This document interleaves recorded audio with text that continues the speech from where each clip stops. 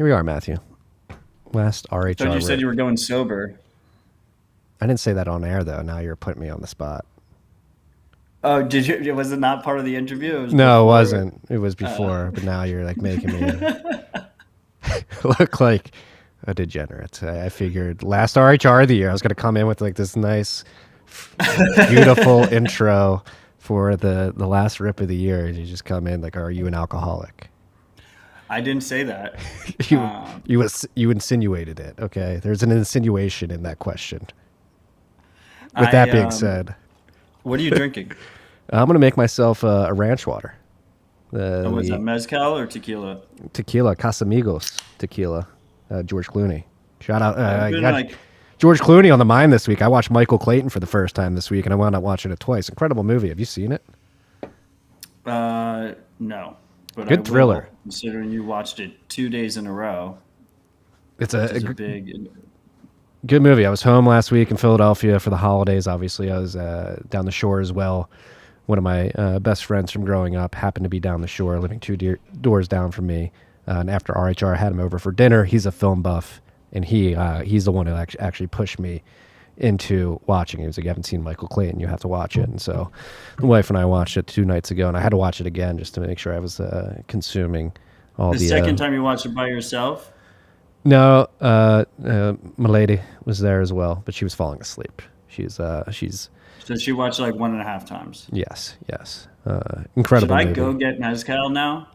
You can go do whatever you want. The reason I brought it up was because I was like, do I drink mezcal or do I go with beer? And I was like, oh well, Marty's going to be sober for the month, so I'll go lower key with some beer. Yeah, we're going to end the year with a bang. You know, like go. Now I feel like go get some mezcal. One up to me. Go get some mezcal. Did we start with mezcal at the beginning of the year? Yeah, you did start. Carr just did the year-end chop-up rip, and he's saying first rip of the year you were drinking mezcal. So it would be very fitting, poetic almost, if you ended the year with mezcal as well. Okay, Matt's going to go get some mezcal. Okay. Speaking of which, back to my friend. My friend and I, we actually wound up getting hammered and recording a 3-hour podcast. I was telling Carr this last night, so I have a recording on our podcast for earlier. I haven't listened to it yet. We talk a lot about film, but we also got into like a serious conversation about the effects, psychological effects on individuals of the lockdowns. Like he was saying, like, yeah, it's a year that fucked him up. I'm still, again, I have to go back and listen to the tape to see if we posted on the feed because we were very inebriated, and I want to make sure it's a quality rep, and I think it was from what I remember. But what I do vividly remember is just him describing the lockdown year and not having connection with our friends, and like thinking like at some point toward the end, well, we're still like in somewhat of a lockdown, but at some point thinking like, God, like my friends aren't my friends anymore. Everybody's isolated. We're not talking to each other. It is just, again, I don't want to harp on this. We want to end the year on a good note, but I think while we're talking about Michael Clayton, why I watched it, and making me think of that conversation, it's just really eye-opening to get a perspective from him. Obviously, I've got my wife, my child, and been preoccupied. The first year of his life was me, was in lockdowns, but I was preoccupied with raising a child and thinking of my friends who aren't married and don't have children, and what that was like for them living single in apartments by themselves. It's fucked people up, man. You didn't hear any of that, Matt. It definitely did fuck people up. I did not hear anything except the last part. Yeah. This one doesn't have a bottle pop. It's got a what is that called? This is it's from Texas. This is Texas too, or no? It's from Mexico. Where's it from? Well, thank you for humoring me. Cheers to the new year. Cheers to the new year. Or cheers to the end of the year. 2021's almost over, freaks. What a year it's been. We're going to do a year in review after we get through our list. Short list today. Thank you, freaks, for joining us. It's always nice doing a retrospective on the year it was. Again, we're going to get to that We're not going to get too mushy to begin with. We'll end with the mushiness, and we'll begin, as we always do, with Clark's dashboard. Currently, the price of Bitcoin, according to Clark's dashboard, is 47,875 cuck bucks. One cuck buck is going to get you 2,089 sats. It's getting late in in Moscow. 905.6 billion cuck bucks is what the current market capitalization of Bitcoin is. We are at block height 716,427. There are 78,010,626 UTXOs. Speaking of which, Jameson Lopp tweeted something out. It's on the list, but I saw, I'm a little dismayed, not dismayed, but a little disappointed in Bitcoiners out there. The amount of reusable addresses in the UTXO set is going up. It seems that that number was falling for a number of years for some reason in the last few months. 6 odd months, that the number of reused addresses is going up. That's not good, freaks. Do not reuse addresses. That's bad for privacy. You want to make sure that you're using a new address. If you're, now I'm just thinking, like, am I contradicting myself? Like, we want to keep the UTXO set small, but we're saying don't reuse addresses. Well, there'll be multiple UTXOs in that address. Yeah, reusing addresses doesn't help that at all. All right, so you still would need to consolidate with the same reused address anyway. Yeah, so you'd still need you can have multiple UTXOs in the same address. So I don't like speaking in absolutes. The only one of the few times it's reasonable to reuse addresses is if you're accepting donations publicly. You don't want to run a full BTC Pay server until we have Bolt 12. You can just like post an address, right? We see like people like Navalny, the Russian opposition leader. He has a reused donation address. We see that a lot.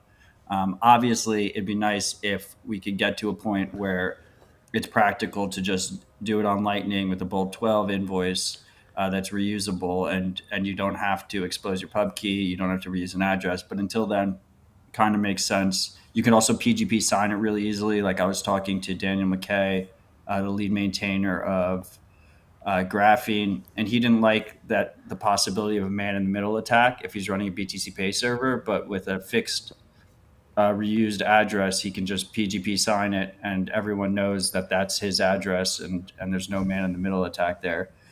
We had Neil... Wait. Why couldn't you PGP sign multiple addresses in the same XPub? You could, and that's what Chris Belcher does. Mm-hmm. If you go to donate to his CoinSwap project, he basically did he made a script to just massively sign addresses in his XPub, and then every time you go, it generates a new address that's PGP signed. But that's obviously more work for someone who's accepting donations, right? Mm-hmm. And like when those run out, because every single time you go to the site, it generates a new one. When those run out, he's got to do it again and do it again and do it again, right? And then the other thing is Ronin Miner Neil mentioned mining payouts, but really like you probably should. Unfortunately, Slushpool doesn't let you automate this. They have like you put a payout address and then you can pick a threshold or a time threshold where it pays you out to that address. So you have to manually go in and change it, but you should manually go and change that. Yes. I don't think that's really an excuse, Neil. No excuses, sir. Just because you're drunk off White Claws doesn't mean you should be skimping on address recycling. Okay, please, for the network, for your security, for your privacy. Think about it. Stop drinking White Claws. I'm not going to say stop drinking White Claws, but just take it into consideration. Back to the dashboard. Can't take the White Claws from Neil. According to Clark's dashboard, there are 14,602 reachable Bitcoin nodes on the network right now. It's a good amount. There's 7,432 Tor nodes. Ooh, we're approaching 700 million all-time transactions. We're at 699, 43,848. Less than a million away from 700 million. There's no significance of that other than there have been 700 million transactions all time, which means there's a lot of demand on the Bitcoin network. We are 1,200 69 nice blocks away from the next difficulty retarget, which is estimated to be on January 8th, 2022. Next year. See you next year. Difficulty adjustment. Right now, it's currently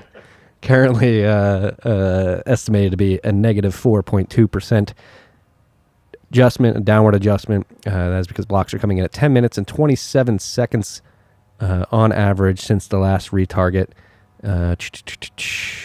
Block subsidy value is even right now, $299,000. It's just the subsidy. Depends what you can get more than that with the rewards as well. There are currently 30,640, or 56. It changed transactions in Clark's dashboard. Clark's mempool, as described by Clark's dashboard. 1 sat per byte transactions are going through. So save some sats on those fees if you're willing to wait a bit. And we're going into the weekend, so demand for block space should fall as well if historical patterns keep repeating. And that's it. That's it for the dashboard right now. Anything you want to point out? Congrats, Neil, on your sober month. He's had a sober month? Yeah, that's what he said in the comments. But then he also said he's going to drink tomorrow. Yeah, congrats. Sober December.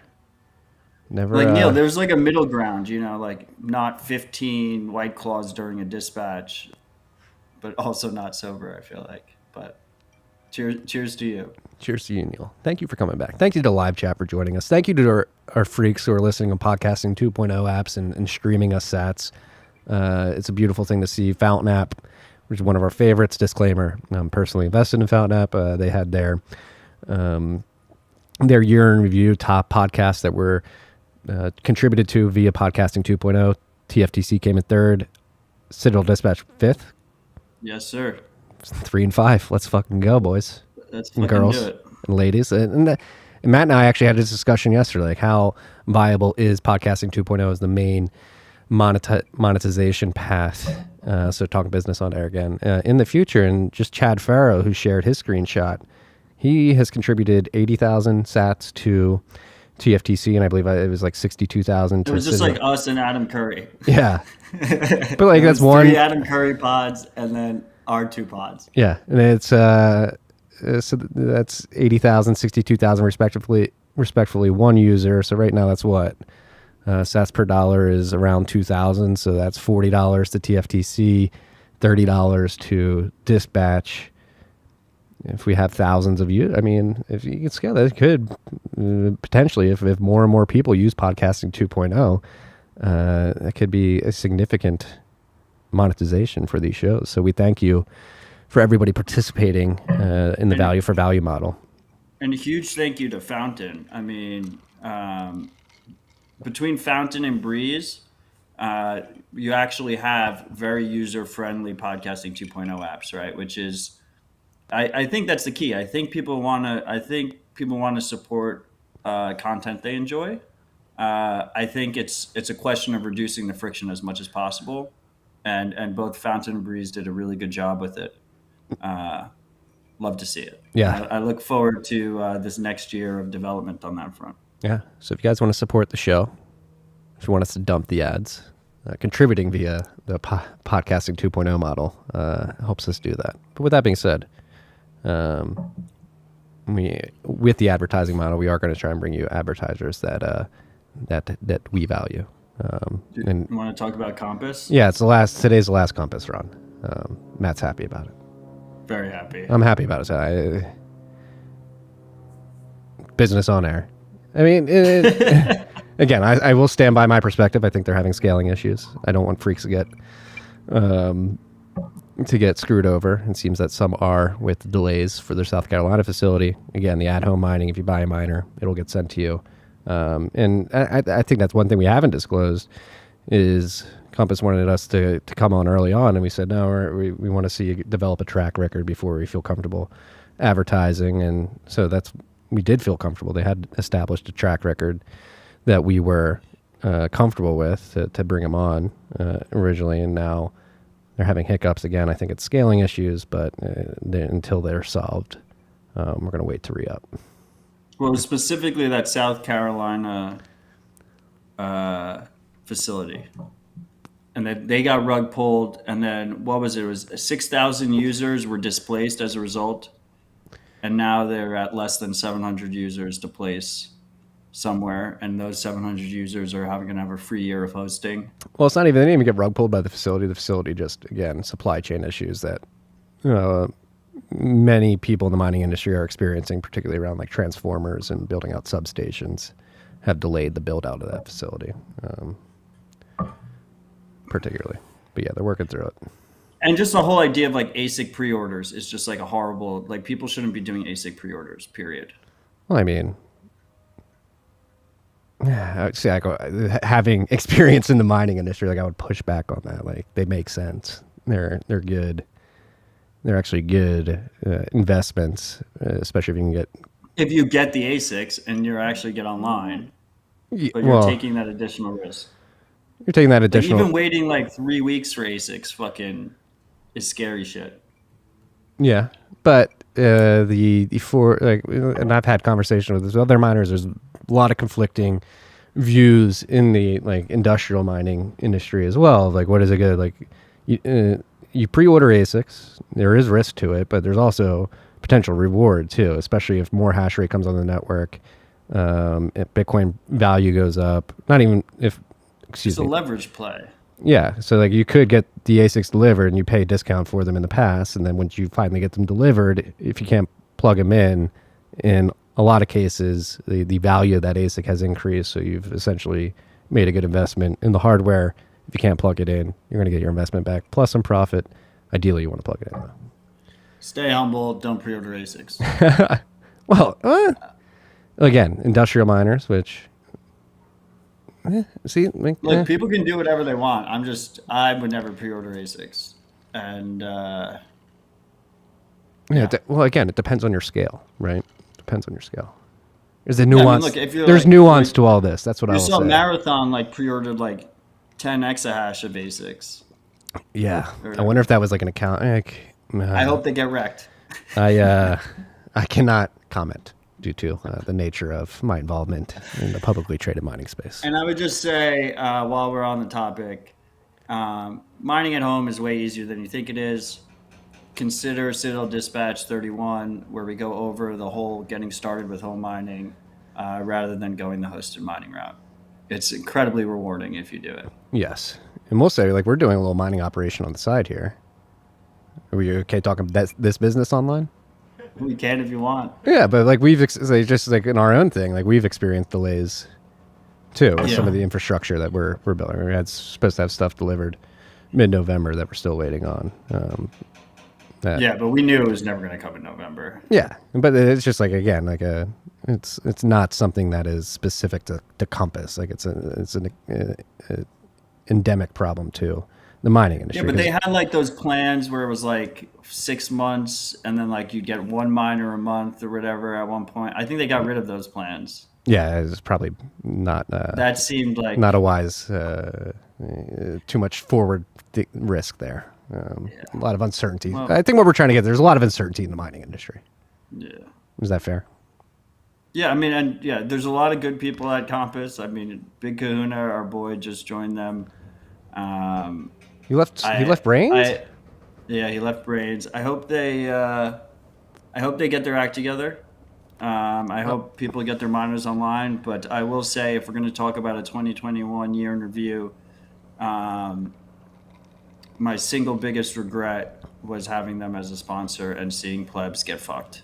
Yeah. I really hated to see it. I lost lots of sleep over the last 4 months as a result. And here's to a better 2022. Here's to a better. Hey, we will be upfront with these conversations with you. And with that being said, like, again, there's a lot of great people working in Compass. I think a lot of it was growing pains, coinciding with supply chain issues that are out. A little bit of greed.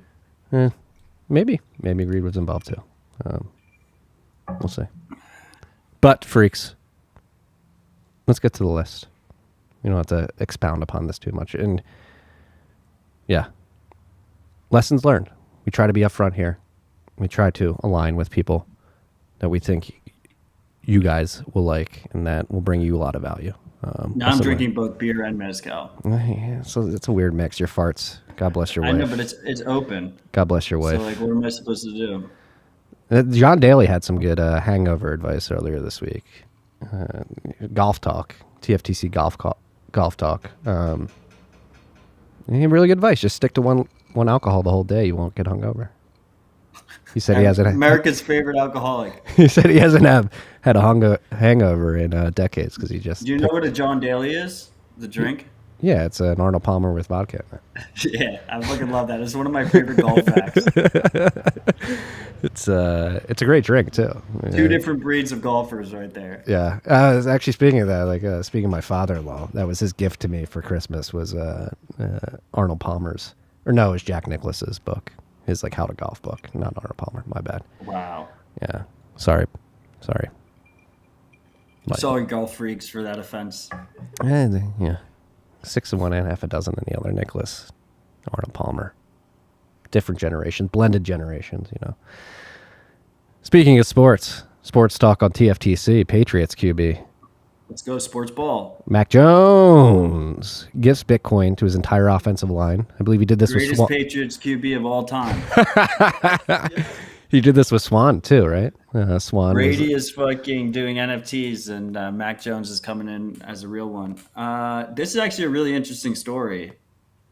We're gonna meet the Patriots at Bitcoin 2022. Yeah, so I mean, I saw this happen internally. What can you disclose? It was all Mac. Really? Mac reached out to us at Bitcoin Magazine. There's an Alabama U mafia thing going on here, right? Yeah, Bailey is Alabama. There's a bunch of people, a bunch of Alabama alums at Bitcoin Mag, and Mac reached out. He's like, I love Bitcoin. I want to give. So there's a thing in the NFL where QBs give their offensive line Christmas gifts for protecting them for the whole year. And he's like, I want to give Bitcoin. I love Bitcoin. How can I, what's the best way for me to do this? And the Bitcoin Magazine team reached out to Swan. They agreed that it was a great idea. Swan has a new program, part of their white glove service. So each player got, I think if you scroll down, each player got 0.6.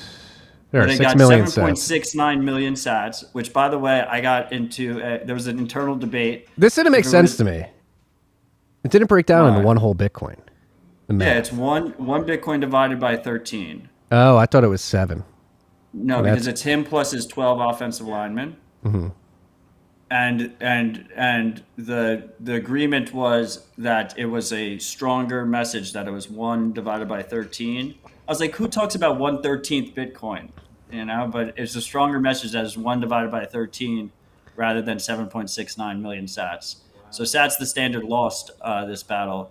But not only did he give them Bitcoin, he gave them a subscription for a year to Bitcoin Magazine. Look how cool this card is. That's so dope. And he gave them all tickets to Bitcoin 2022. Do you think they show up? I guess it depends what the spring training schedule is like. April preseason. So another sponsor, Bitcoin 2022, April 6th to the 9th in Miami. Going to be a big event. Use the code TFTC. Mid-roll. Or use that other code that gets you more off. But we don't get money for that. No, we're not allowed to say. Well, we could say maybe we'll say it later. I have something interesting on Bitcoin 2022 front that we're working on. So Bitcoin 2022 is a 4-day event, right? And it starts with Industry Day, and then you have the 2 GA days, and then you have the first Bitcoin-powered music festival on the 4th day. Mm-hmm. Now, if you do the GA ticket, you get the 2 GA days, and you get Sound Money Fest. You get the music festival as well, that GA ticket. Now, Industry Day in the past was called Whale Day. Most plebs didn't want to attend. It was, kind of a suits kind of affair. But we are giving the full 4-day pass that includes Industry Day to open source developers. And we have the open source conference hall for 2,000 people that is just sitting there. And we weren't going to do anything on Industry Day. So now that open source conference hall and industry day is going to be a BitDev style full day of technical talk that's going to go way over our heads. And I've been busy planning that. So I'm super fucking excited about that. This event's only getting better throughout the years. Matt's killing it. Oh, we got a family member FaceTiming in. What's up, brother? Hey there. What's up, stinky butt? Nothing. Recording RHR. Oh, nice. Say what's up to the freaks. What's up, freaks? All right, I'll call you back later. All right, later. Cheers. Cheers to my brother. Glad you didn't say something specifically uncouth. I know. Yeah, hey, stinky butt. That's what we used to call each other. That was like our big diss to each other when we were like 3 and 4. My brother and I are 11 months apart. When we were 3 and 4, like the worst thing we could call each other was stinky butt. It would Your piss brother's awesome. It would piss the other one off really bad. He's the real bent. Yeah. He brought the girlfriend around the parents for the first time last night. I got the debrief from my dad. That's exciting. We all approve. I mean, I met her. Should we have your dad call in for the debrief? He's delivering coffee right now. Maybe if he hears this, if he's listening live, Dad, if you're listening live, you can call in. I think that was my favorite moment of 2021 round recap. Well, is that in the clips? I don't know. My dad calling. When his dad calls in his weather report because his jersey just got fucked. Well, it's actually funny that we say this. No, my dad and I were supposed to record from the coffee shop that him and my mom run at home with our neighbors, and he got sick. He got the flu. Apparently the flu still exists. He got the flu. That's why I actually went down to the shores. My parents got sick. My wife's sister and our brother-in-law got sick, and we just had to like escape to South Jersey while we were home for 10 days for 3 days of that 10. And I was not able to record with my dad, but we will get that recording at some point in the future. Fuck yeah. Yeah. Family, man. Family. It's an important thing, freaks. It's important. On the plus side, we got an additional rabbit hole recap recorded from your father-in-law's bedroom. Yes, we did. We had that going for us. Yes, we did. The janky internet, the shitty camera on my MacBook Pro. It was very nostalgic. It was a nostalgic. MacBook Pro 2014. Where do we have anything to tie up there with Bitcoin 2022 open source devs? Is there still you guys are still accepting? Well, so to tie it up, like I'm looking forward to the offensive line of the Patriots coming to our bit devs on Industry Day. Yeah, I would love to meet you all. Their first Socratic seminar. That'd be fucking fire. Right. Yeah. Mac Jones, shout out to you, dude. What a gift. My brother, he's texted me and said, Dan, I feel like I blew that. I'm like, hey, bro, you did okay. It was his moment. It was his moment. Put him on the spot. All right. Next on the list, our short list today, Iran halts Bitcoin mining until March 6th because of the electricity crunch during winter. So they shut down mining over the summer because of the worries about an electricity crunch. And now they're shutting it down in the winter as well. So it seems like you're only going to be able to mine in Iran between the months of like March and May and September and December. 4 mining months. Yeah. Something like that. It's important to note that this is only for regulated miners. If you are a smart off-the-grid miner, they have no idea what the fuck you're doing. So Exactly. Shout out to our Iranian Bitcoiners and Iranian miners out there. Keep doing what you're doing. You're doing it. You're much braver than I am. I guess I could say that, considering the regime that you live under and the conditions that you live under. And I mean, I guess this piggybacks into another pertinent conversation, which is the energy markets as we head into the thick of winter here. It'll be interesting to watch what goes on over in Europe specifically as they have significant natural gas problems over there. And Russia's fucking with them too. Well, as is tradition.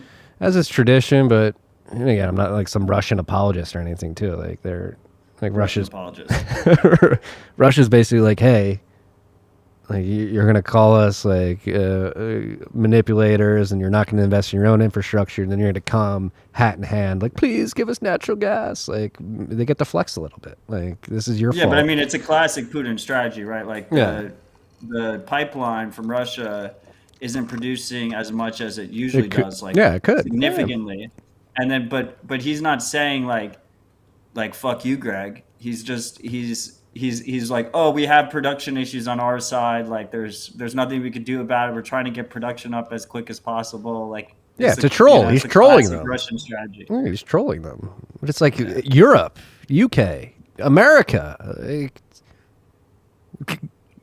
Be energy independent. You guys have the opportunities. You have the facilities to make it happen. You just refuse to because you're LARPing about the environment. And you're just there's a great YouTube or Car. I'm gonna send you this. We're gonna watch a video right now. I'm gonna put Don't let the rant distract you from Marty's Russian apologism. So I met this gentleman in Texas. We were both at an oil and gas event. He's an oil guy in California, and he has some incredible explanations of like the stupidity of energy policy in states like California and a country, or it's not even a country, I guess. What do you call it? A union in the European Union. Like they want to LARP about the environment, and I just put that in our Telegram chat, Car, and like being more environmentally friendly. But really, what you do is you shut down production at home, and you just export it to China and Russia, and then you just like export in other places like the Amazon River as well, like or the Amazon forest area as well, and you just like import it, and you pretend like you're cleaner. You're just creating dirtier production elsewhere, and then importing it more expensively, making your grid less secure, your energy more expensive. It's completely nonsensical. This isn't the video. Let me find the other one. This isn't the one. I'm sorry, I gave you the wrong one. I will find it. Here it is. I retweeted it. This one. Cheers to the podcast freaks that are listening to Marty troubleshoot on air. Yeah. So, you guys are going to hear what I'm trying to get at, and it is a valuable point. So we're going to listen to it now. Mike Umbro. I convinced him to start a Twitter, I believe, when we met at this conference. It's at Mike_Umbro, UMBRO. Is he the one speaking? Mm-hmm. Yeah. Okay. Based Californian. California native, born and raised in San Diego. I'm 38 years old. 37 of the years I've lived here, California has consumed over 600 million barrels of oil every year. The only year that was less than 600 million barrels was last year because we were locked in our homes, and we still consumed 485 million barrels of oil. So this demand is not going to be reduced by eliminating production from an offshore platform. Expected demand, according to the EIA, another government agency, factoring in Governor Newsom's ban on internal combustions in 2035, still projects that California will consume over 1 million barrels of oil every day. California operators produce roughly 400,000 barrels of oil a day. So we can chip away at California oil production all we want, but all that does is result in more of our product coming from overseas via tanker.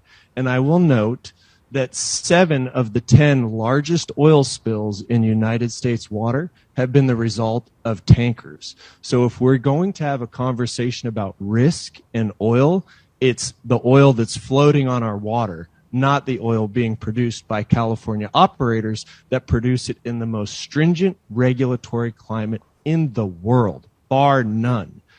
One final thing I'll say. Right now, there's 7 oil tankers off our coast right here, holding 5.8 million barrels of oil right now sitting on our coast.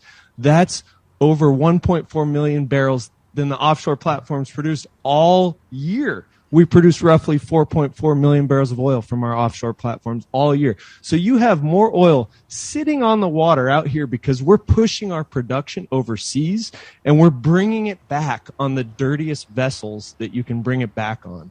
So we need to have a very open and honest conversation about where the risks are coming from and the biggest risks are coming from overseas. And unfortunately, us as Californians are buying more crude out of the Amazon rainforest than any other place on earth because we are trying to See if there's a video on it if it keeps going now. But essentially, long story short here. Solid. Yeah, like it's just like just having simple, honest, nuanced conversation about the trade-offs of you want to like say like we're we're decreasing our oil dependence. You're really not. You're just decreasing oil production, pushing that production overseas, and then importing it via tankers that are much riskier than if you were to actually build a pipeline and just have it travel across the land. And it makes no sense. It increases gas. It increases the price of gas and oil. Obviously, it increases dependence on foreign producers. Like it's just nonsensical all around. There has to be more sensible conversation around this. It's all virtue signaling, LARPing, and it's just as you freaks know if you've been listening to this podcast long enough, it makes your Uncle Marty very infuriated about just the lack of logical consistency in any of these conversations. Yeah, Mike Umbro, great follow, great dude. Had a few great conversations with him in the Austin area last month at the event, the Digital Wildcatters. he lives in California. Yeah, he's an oil producer in California, born and raised. Hey, that's his home. He's a guy that loves his homeland and wants to see it succeed. And he's out there fighting the good fight, putting out logical arguments. Ship, Mike. Abandoned ship. No, I don't think he's going to. I think he's a stronghold there. So was the captain of the Titanic. But this is yeah. I mean, this is just like emblematic of just it's not only happening in California. It's not only happening in the U.S. It's happening in Europe. And the trade-offs just aren't being honestly discussed, and it's disgusting. You're literally, like he said in the video, like we had the most stringent here in America, we had the most stringent regulations around the production, the extraction and production of oil and refinery of oil in the world by shutting it down here and not coming to grips with the fact that demand is going to stay static to probably rise. You're just importing it. It's designed to pump forever. You're importing it from places that don't have those stringent regulations, so they're producing it dirtier. They're making it more expensive. You're increasing risk by having the oil being transported. Is that logically consistent, Marty? What's point out my inconsistency there? I think me, you, and Mike would agree that we shouldn't have that overbearing regulation that exists. But now we're going to argue that that's a benefit. Yeah. That's a good point. Yeah. Yeah. I mean, but that's the thing. Like Bitcoin, that's why I like Bitcoin mining specifically on oil fields, because it's a natural market incentive to clean up and be as efficient as possible as a producer. You don't need those regulations. You're just like I feel like Mike made that argument. That's a very good point. That video, and that's a very good point. And then like afterwards, he like walked away and laughed. He's like, and I even told them that it's a benefit that we have California regulation, and then they do like that laugh meme. With all the presidents. Yeah. The Bush senior administration. Like I respect the tactic, but I don't think he actually believes that. Thank you for calling me out on that. Yeah, is that a logical inconsistency, or is this like a rare instance of like, hey, maybe regulation did lead to cleaner things, or maybe yeah. Well, I mean, there's some sensible rules that are in place. Well, the regulation creates a threat where if you don't follow the regulations, you can't produce the oil and therefore make a revenue. Yeah. But California is like the land of overbearing regulation. Yes. Like I don't know what the regulation situation is specifically with oil production, but there's probably fucking pages and pages of nonsense there that just increase the cost of production, increase time wasted. Yeah. But at the end of the day, I think we can both competition. I think we can both agree that like oil spills, natural gas leak is probably a bad thing, if anything, for 100% inefficiency. Yeah. So if there's a force, I would prefer there's probably a sensible middle ground somewhere there, but it's not in California. Well, I think Bitcoin provides it, right? I mean, Bitcoin like economically incentivizes you to be as efficient, as clean as possible, because you want to There's suck some up. I'm not an anarchist. I'm not a complete anarchist. There's like some base level regulation that should apply to resource extraction, where you're held liable for Spills. damages that happen to public resources. Yes. Right? Like waterways and fresh water and stuff like that. Yeah, that makes. I would agree with that. We are way past that point. Yeah, I mean, it's not even fucking close. I mean, there was a point at some point in the past where you could literally light the Ohio River on fire because of the way that I think this has to do with like the Flint, Michigan stuff as well. But they still have like the fracking stuff, right? Where like people like open their taps and they can just light their tap on fire. Yeah. Polluter pays is the only logical solution. I like that, Jebby. Yeah.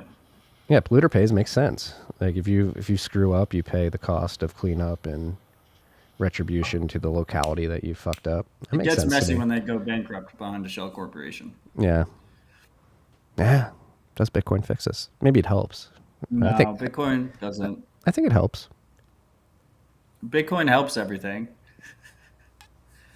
Bitcoin gives you a free market for energy, which is a massive thing. Yeah. And Again, competition is good. It's a natural incentive to be as efficient as possible with that energy extraction because it's potential sats that you're ruining, and sats are the most precious thing in the You world. leak sats into the water supply. Yes, which is But Bitcoin doesn't fix this. well. Let's get into the Bitcoin fixes this meme. Like, it creates the incentive to fix the problem, right? Like Bitcoin itself, like a UTXO is not going up and making sure that there aren't leaks happening, but the economic incentive presented by Bitcoin, mining specifically, does help. Certainly helps. Humans are flawed. We're flawed. We're flawed creatures. Children of I God. love that the freaks have just been arguing about Russia for like the last Are you okay? I can't 10 see. minutes. What are they saying? It's fine.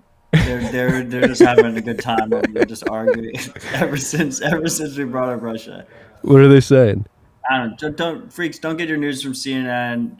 Don't get your news from a single source. Mix them together from different places, different locales, different jurisdictions for different perspectives.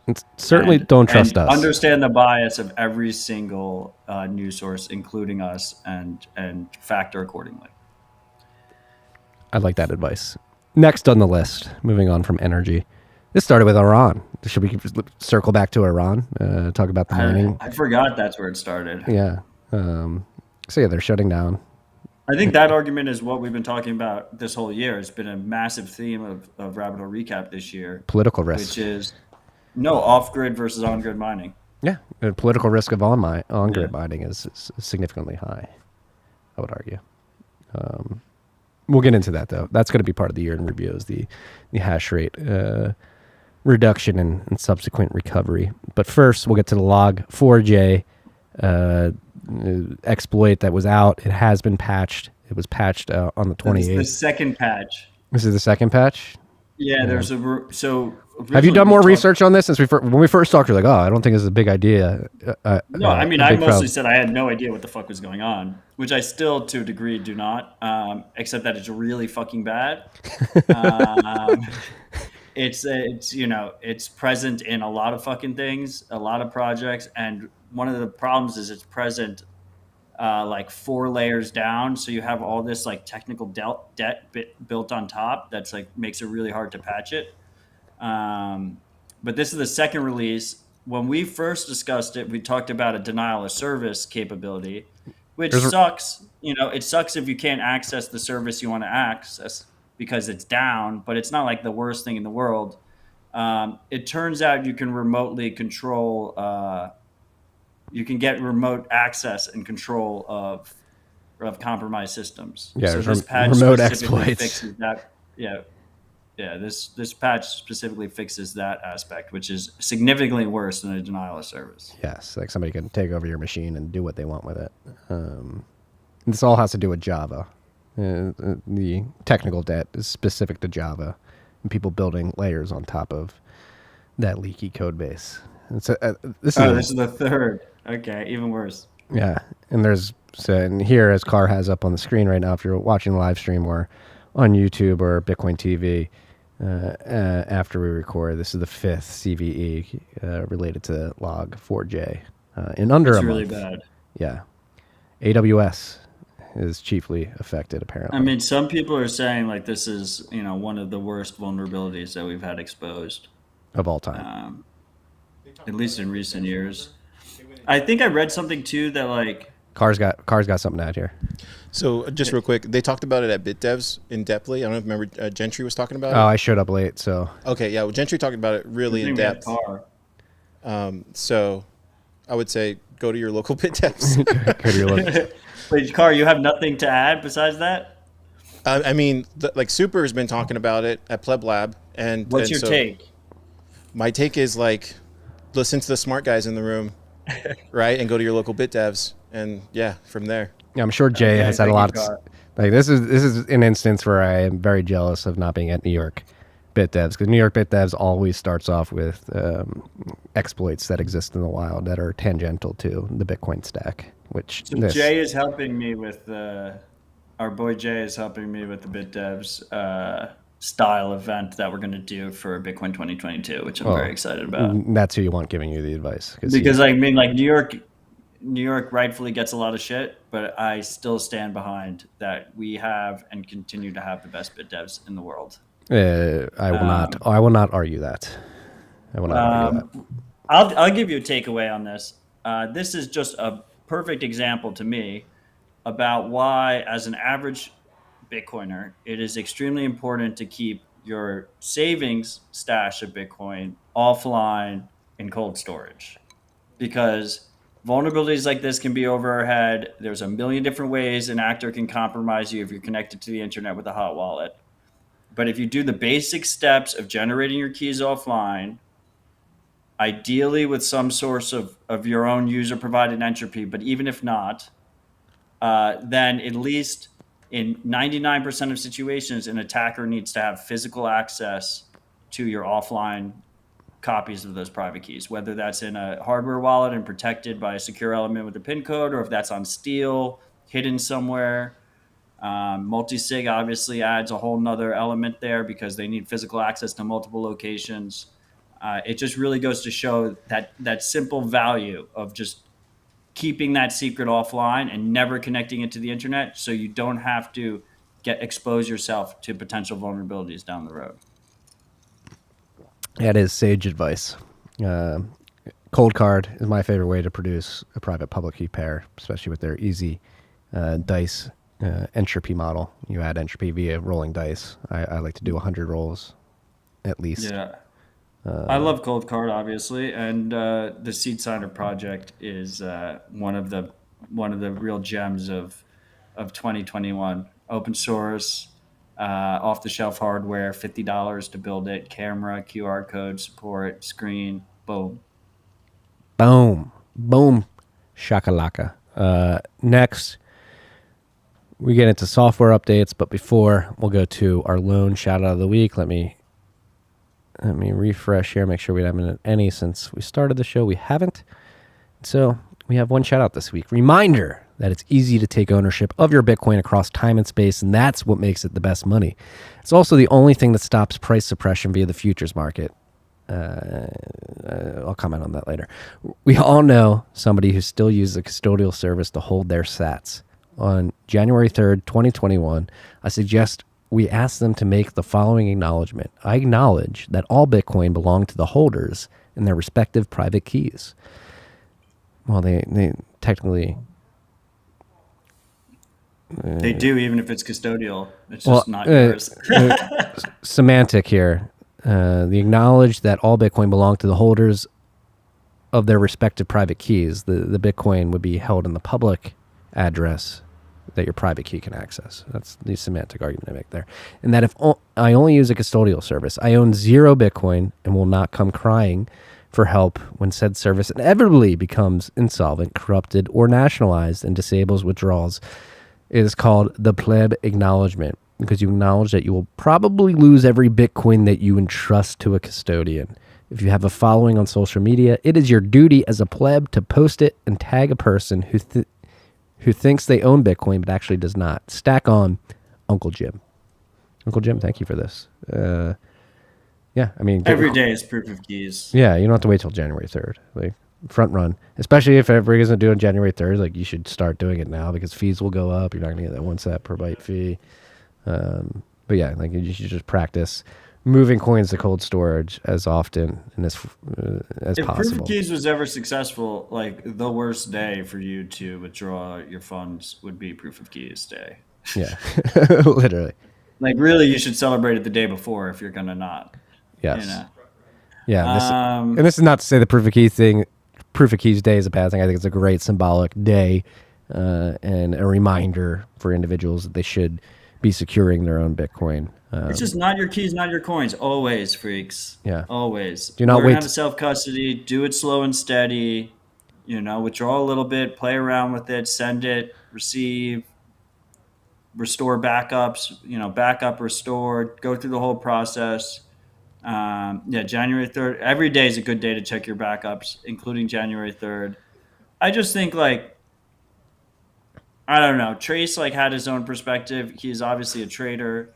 Some would rumor that he got absolutely wrecked in March 2020. But his idea of Proof of Keys was like traders all withdraw on January 3rd and like on January 5th redeposit. Carl, let's pull up a Mimble Wimble coin. See how that's been faring. Let's see how that's been faring. Like, I just want to see Bitcoin of all shit coins. Did that happen this year? Yes. This has been such a long year. That feels like ages ago. No, it happened at the end of last year because Proof of Keys last year wasn't. It was a dark day. Chase was nowhere to be found. All right, I'm gonna blow through software updates just so we can get to. All right, go to the year, and price it in Bitcoin, not in dollars. Fuck, man, we went through the whole year without ever showing CoinMarketCap on. No, God, he's on CoinGecko. It's CoinGecko. I much prefer CoinGecko to CoinMarketCap. Oh, yeah, actually, I've met Bobby Ong. He's a good dude. I haven't. Yeah, a lot of demand for the Mimble coin chart. Registered car in the background saying it's a shit site. We don't have to look at that. Fuck that. No. And to all people saying that Trace did it as an exit, as like a OPSEC exit reason, like he did like a random CoinDesk interview like 6 months, 8 months afterwards. Yeah, I remember with some horrible other person. I forget who the other person was. Gonna tell you. But anyway, like a video interview. So I mean, you're giving him too much credit. Yeah. We move on to better things, which is updates in the space. And like, people make mistakes, but like Trace should have at least, admitted it. And spoke to the community about it. Yeah. And he was like doing so much like fucking privacy, Bitcoin FUD. Yeah, he came on this show and I didn't catch it. But he came on this show. And I'm sorry, he bamboozled me. Happens to the best of us. Hey, you just got to own it. I got bamboozled. I was like, I was like, where are you going with this? Yeah, I mean, like, I'm not going to, I don't want to blow up his spot, but like one of our boys, very known in the Bitcoin community, simply changed his Twitter handle to a 3-word phrase. And now everyone's like, where did he go? I have no idea where he went. That's good. That's a good move.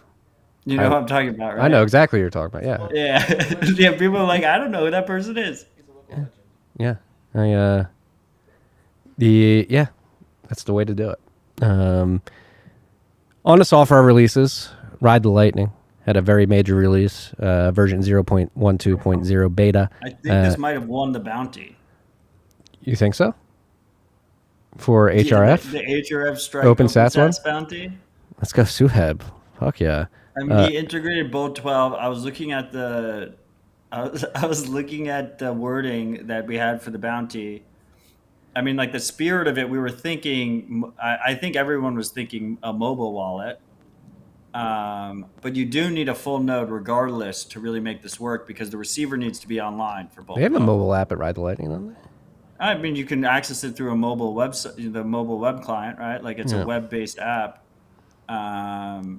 So, I mean, I'm one of 9 votes at OpenSats. It's got to be a unanimous vote, but I'm pretty sure I'm pretty sure this qualifies for bounty number 1, which would be really fucking quick. Yeah. You kind of love to see it. Yeah, There's also sea lightning only. Car, pull that comment back up because I think this is interesting. There was a big discussion this week about the benefits of Yeah, we Bolt should talk about 12 this. versus LNURL. Andre Neves and Jack Mahlers got in the conversation yesterday. Basically, LNURL and Bolt 12 do very similar things. They allow users to use a static address to receive sats in a more private way. LNURL, you need a web server running at all times. Bolt 12, you don't, and there's some semantic arguments about the differences here. So this conversation has been ongoing, and I would say first off that it's not an either or. More options are better. It got re-triggered because I did a Twitter Spaces with Gladstein, Mahlers, and Rockstar yesterday, where we were talking about the bounties, and one of the bounties is a 1 Bitcoin for Bolt 12. Now, LNURL has many different types of LNURL aspects. You have LNURL receive, pay, withdraw, login, Auth. and then I called it login, but auth. You have lightning addresses, which is LNURL incorporated into like what looks like an email address, right? Like Marty. This is not a valid lightning address, but like marty@tftc.io or something would be that. Now with LNURL, it is supported today by many wallets, but it does require an additional web server. And not only do you need that web server for both, not only do you need the web server for the receiver, you need the web server for the sender. So it has this very big centralizing tendency where it is way easier for someone to use it in a custodial fashion or a semi-custodial fashion than it isn't, right? If you're going to try and run it on your own node at home, you need an People aren't going to run a web server. Grubels will say this. But it's specifically a ClearNet web server, right? So like you're not even doing it through Tor. If you do it through Tor, then it's only accessible to people who use Tor. So it's very difficult to run it from home on your own node. Bolt 12 is native Lightning, uses native Lightning capabilities and onion routing in the Lightning network. So you can run your own Raspberry Blitz, Umbrel, whatever node, Nodl, whatever node you choose at home. And if you support Bolt 12, you can have just this static QR code or this static text string, because a QR code is just basically showing a text string in scannable format. And you can post it anywhere you want, and people can send you as many sats as they want and constantly reuse that without exposing your public key of your node, without exposing your channel capacities, how much channel balances you have, how much Bitcoin you have locked up in Lightning. So for that donation use case, and even for in stores where you can print this out and keep it in physical paper next to like your items, and people can just scan that with their mobile phone and pay for it, it's extremely helpful. Right now, only C Lightning supports it. Now, Strike is gotten in the middle of this because Strike hasn't added Lightning address support or LNURL support. And there's two interesting aspects here. First of all, they're not saying they're not going to add it. But it's interesting to me that people are giving Mahlers and Strike shit here for basically the opposite of what they're actually doing. They're trying not to be a kingmaker. Like, Strike could easily implement Lightning addresses and LNURL support, and they would probably begin to dominate the Lightning address space because it benefits custodians. It benefits centralized actors. And it could be in their short to medium term business interest to do that. But Jack Mahlers and the Strike team would prefer That's a lot of power. Would prefer to see this Bolt 12 support come out, and we really need LND to add it because LND is like 70% of the network. C Lightning has already added it. Because if you have this Bolt 12, then we have a strong foundation for the future. It's the long-term best interest of both Bitcoin and Strike and the Lightning network if we have a Lightning native way of doing this without that additional web server requirement for the sender. But the last thing I would say here, it is important to realize that in both LNURL cases and Bolt 12, the receiver always needs to be online.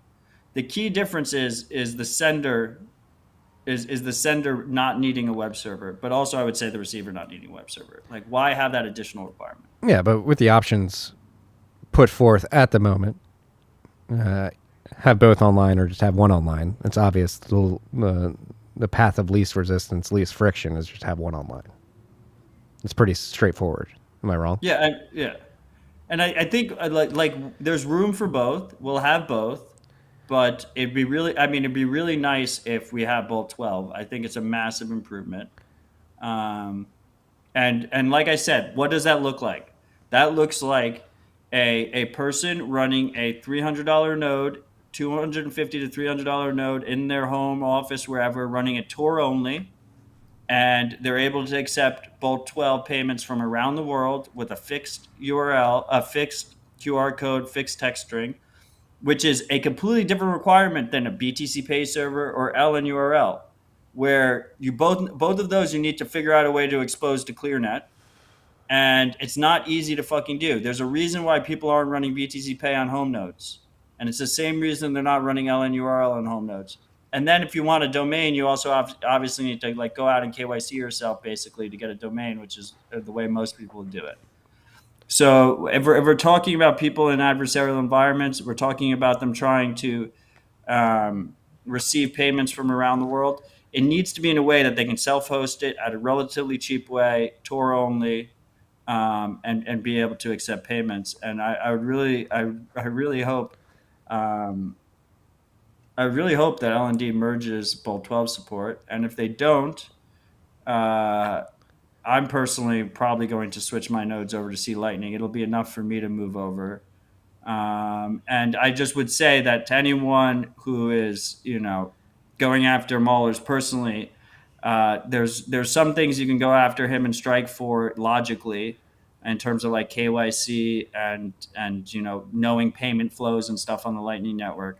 But in this case, like I am very grateful that someone in his position, someone of his stature is actually going out of his way to take the harder path and try and do what's better for the long-term health of the Lightning Network. Yes. And if you're deep in the weeds of the competing Lightning implementations, you know that I don't want to say animosity. They're very competitive and they're very proud of the solutions they put forward. And I would just put forth to the people working on these implementations, getting caught in these temporal flame wars, if you will. This is bigger than all of us, right? What is best for the network, for the future adoption of Bitcoin?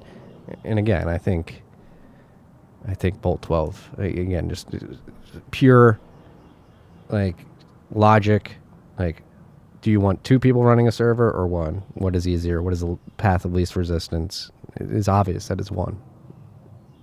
If I'm wrong on that, call me out. But to me, as a user, as somebody who runs a business that leverages the Lightning Network, I want the path of least resistance. And this seems like that is the option. Yeah, we have Cortic letting us know that RTL just released an update with Bolt 12. That's what started this That's discussion. what we're talking about, Cortic. Car, I hate to be this. No. But would you mind running in and get me more ice? It's important Marty as a producer. Thank you, sir. I would say that if all that fails, we can use BIP 47. Paynims. Yeah, no, that was I don't know if you caught it, but Cortic asked that earlier. Is this like Paynims for is Bolt 12? It's the same use case. It's the same use case, which is this idea to have but Paynims is obviously on chain, so requires more on chain transaction burden in terms of the notification transaction and the actual transactions which are happening on chain. But it's the same goal, which is this idea that we shouldn't like if you are deplatformed from Patreon, if you're deplatformed from GoFundMe, if you live in an adversarial environment and you cannot accept fiat donations easily, you shouldn't have to run something on a virtual private server. You shouldn't have to use a cloud server to accept Bitcoin payments. You should be able to just stay out of the camera. I don't want people seeing your beautiful face. I'm coming in. My wife is delivering the ice now. Oh, I love it. Oh, you're calling Car your wife now? Car handed it off. I love you, baby. She's shaking her head at me. You shouldn't have to run a dedicated server in order to accept Bitcoin payments in a relatively private way. Period. Agreed. Hey, shout out to Suheb and the Ride the Lightning team for getting this out there. seems like Matt's going to vote yes on the bounty. You've got 8 other yeses that we're waiting on. Have you guys been discussing this at OpenSats at all yet, or this is? I don't know. Like I dropped a message in our group. This is very fresh. There's- I retweeted this last night. That's when they dropped it, right? No, we announced it December 20th, I think. So what is that? 10-day No, turnaround? the Ride the Lightning update. I think it happened yeah. last night. Yeah, it's very raw. Yeah, I think he was listening to the Spaces and he was like, "I want this bounty," which was the point of the Spaces, right? One of the points of the Spaces was to get people to. And I love Suhab. I love Ride the Lightning. It's my favorite way of interacting with my Lightning full nodes. It's fantastic, and we know him from the New York Bitcoin scene. He's a fucking great dude. Great dude. Supposedly, his wife does a ton of work. A lot on of the work. project. Yeah. It's A very wholesome team over there at RTL. proper Bitcoin family over there. Yes, yes.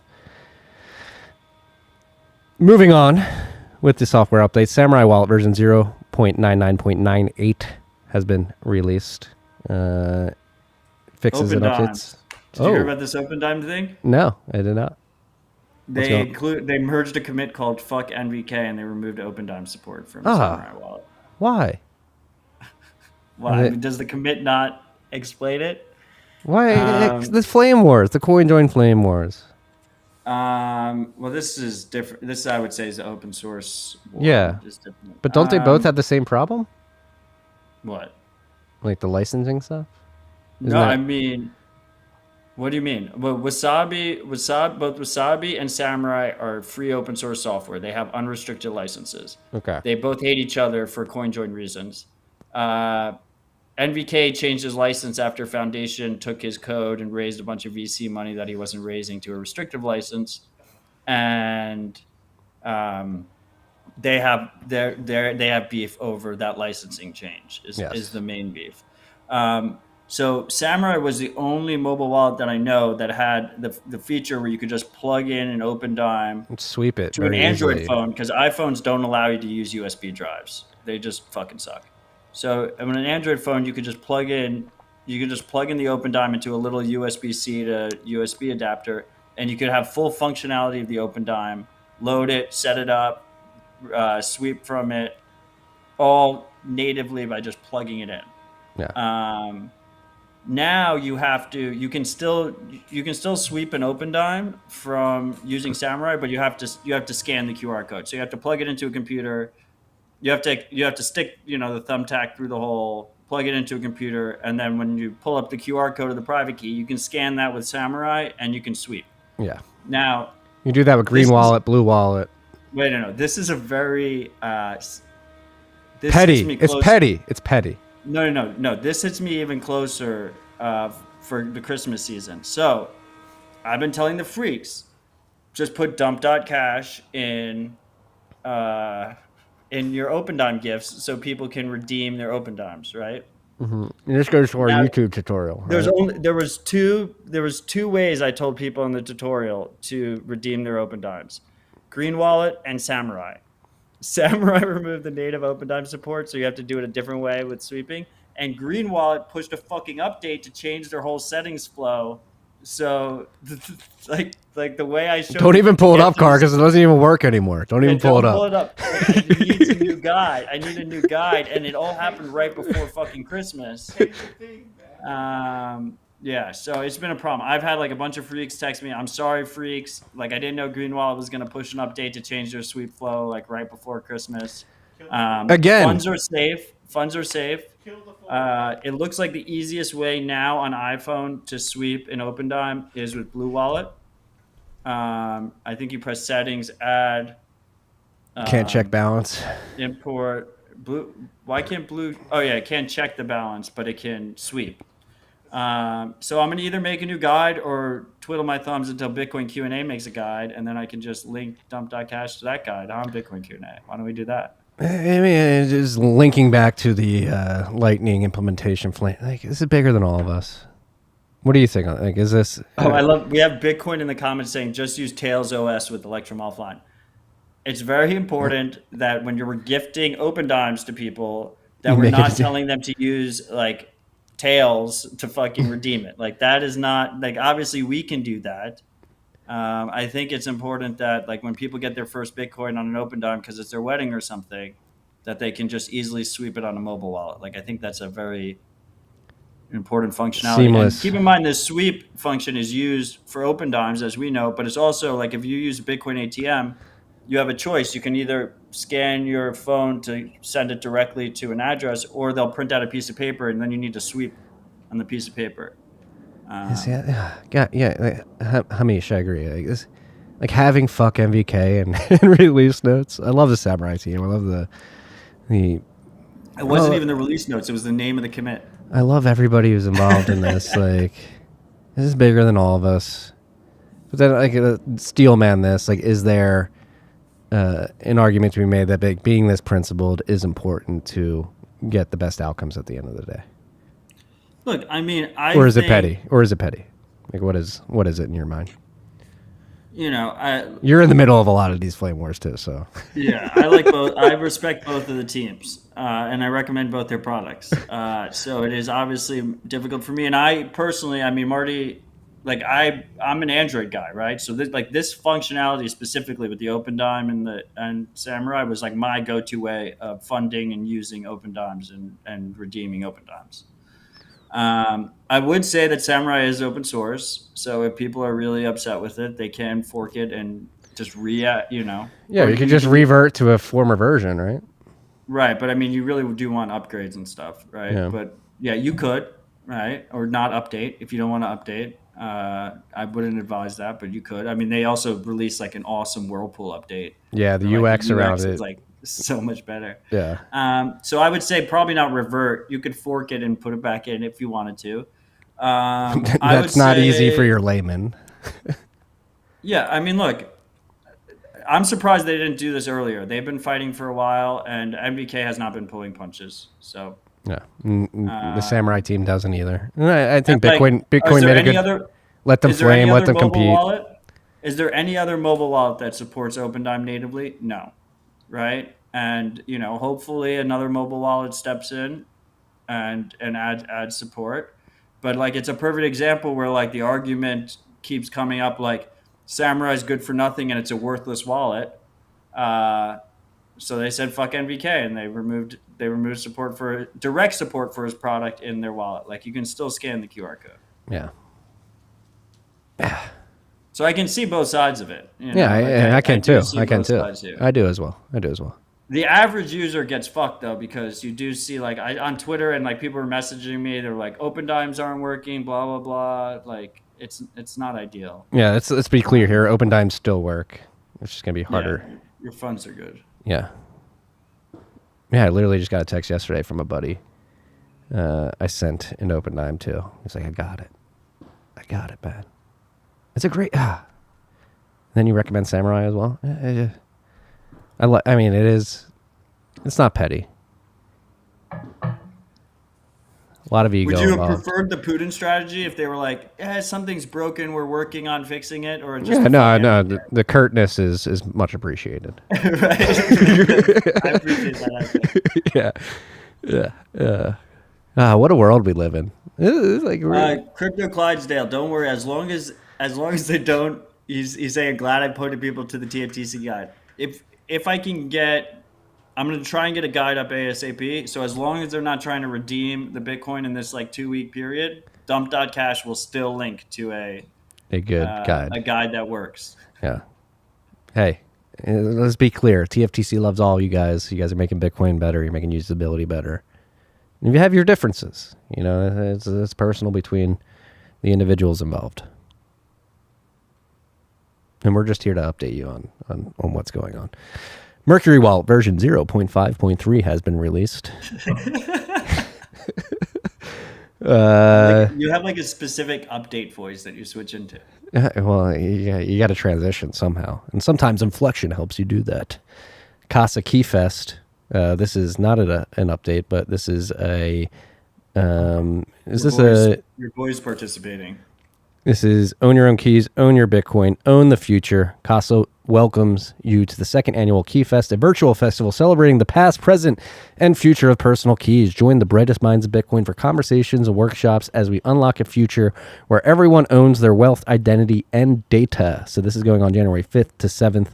As Matt just mentioned, he will be involved in They did this. this last year, and I was like watching Carter's highlights of 2021, and I was like talking about how I was going to be on Casa Key Fest last year.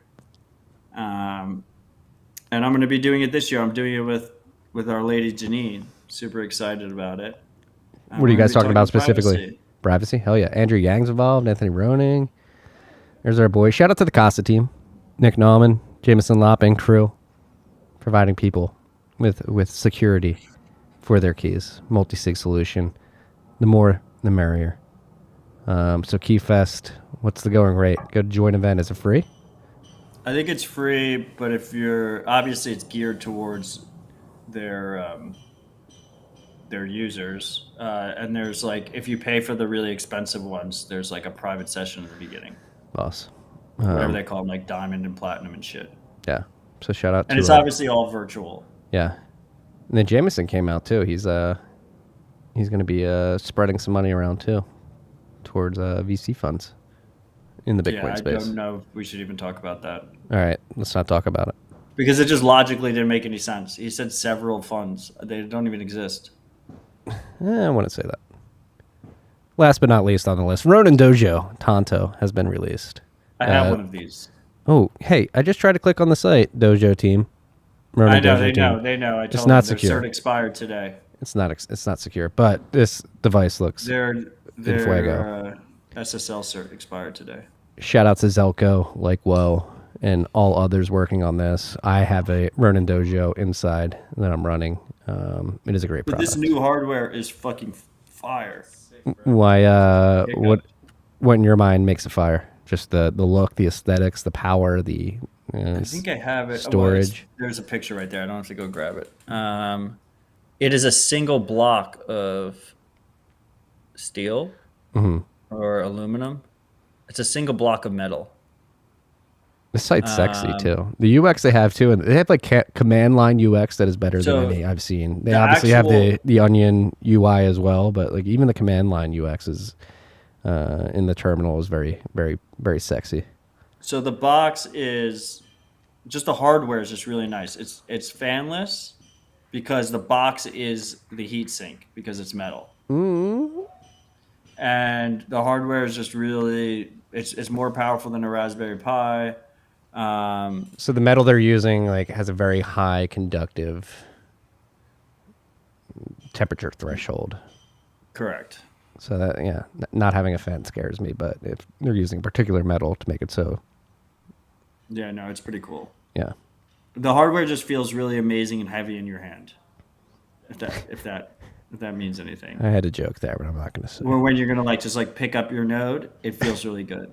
And they did this. You see how they cut the corner?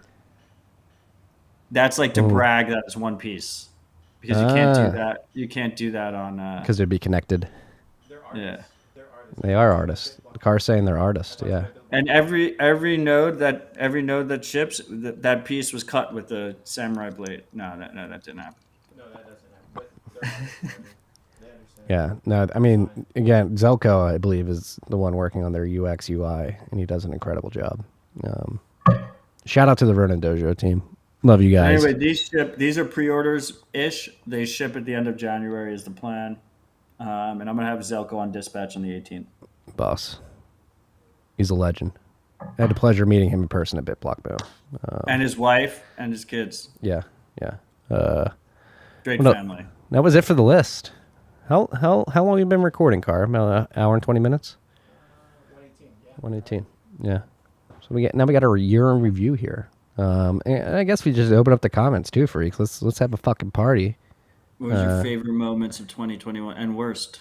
Yeah, worst favorite moments. I mean, let's just go down the list. We actually did this yesterday. I'll say for me, somebody asked me yesterday in the chat what were my highlights of 2021, and I just rattled off the top of my head, no particular order. The growth of the Lightning Network, El Salvador adopting Bitcoin as legal tender, Xiaomi and Mint proposal coming to market, Schnorr Taproot activation, podcasting 2.0, getting to where it is, the Turkey currency collapse, Chinese mining ban, the subsequent hash rate recovery, and the Bitcoin and energy sector theme getting louder. To me, those were some of the topics that stuck out to me when I was put on the spot and asked to highlight things personally. Who asked you that? It was the 1031 chat. All right. I'd read those. What about Tesla adding $1.5 billion worth of Bitcoin to their balance sheet? I forgot about that. That's cool too. But then you have now with that Like thought, Elon can go fuck himself to a degree, but I think that's still a big deal. Like a S&P 500 company adding $1.5 billion of Bitcoin. yeah, it's a massive deal. But with that, let's get our I don't want to call it hate, but our Elon, hey Elon, he went on the Lex Friedman podcast. It was I didn't watch that. I don't watch. I saw I don't watch it either. I just saw a 2-minute clip of him describing why he likes Doge better than Bitcoin. It was just I refuse to watch it. completely uneducated. And then even more surprising was Peter Thiel. He thought there was 1 million Bitcoin mined in the Genesis block. Dude, are you fucking kidding me? That's bullish. It's bullish because it proves that people really don't understand Bitcoin. Even Peter Thiel, who many think really understands it. He went on, I don't know where he was. This is our edge, Marty. He was interviewed recently, and somebody was asked how did Bitcoin come to be? How many Bitcoin does the founder have? And he literally said Satoshi mined 1 million Bitcoin in the Genesis block, which is not true at all. Genesis block mined 50 Bitcoin, and they're not even spendable.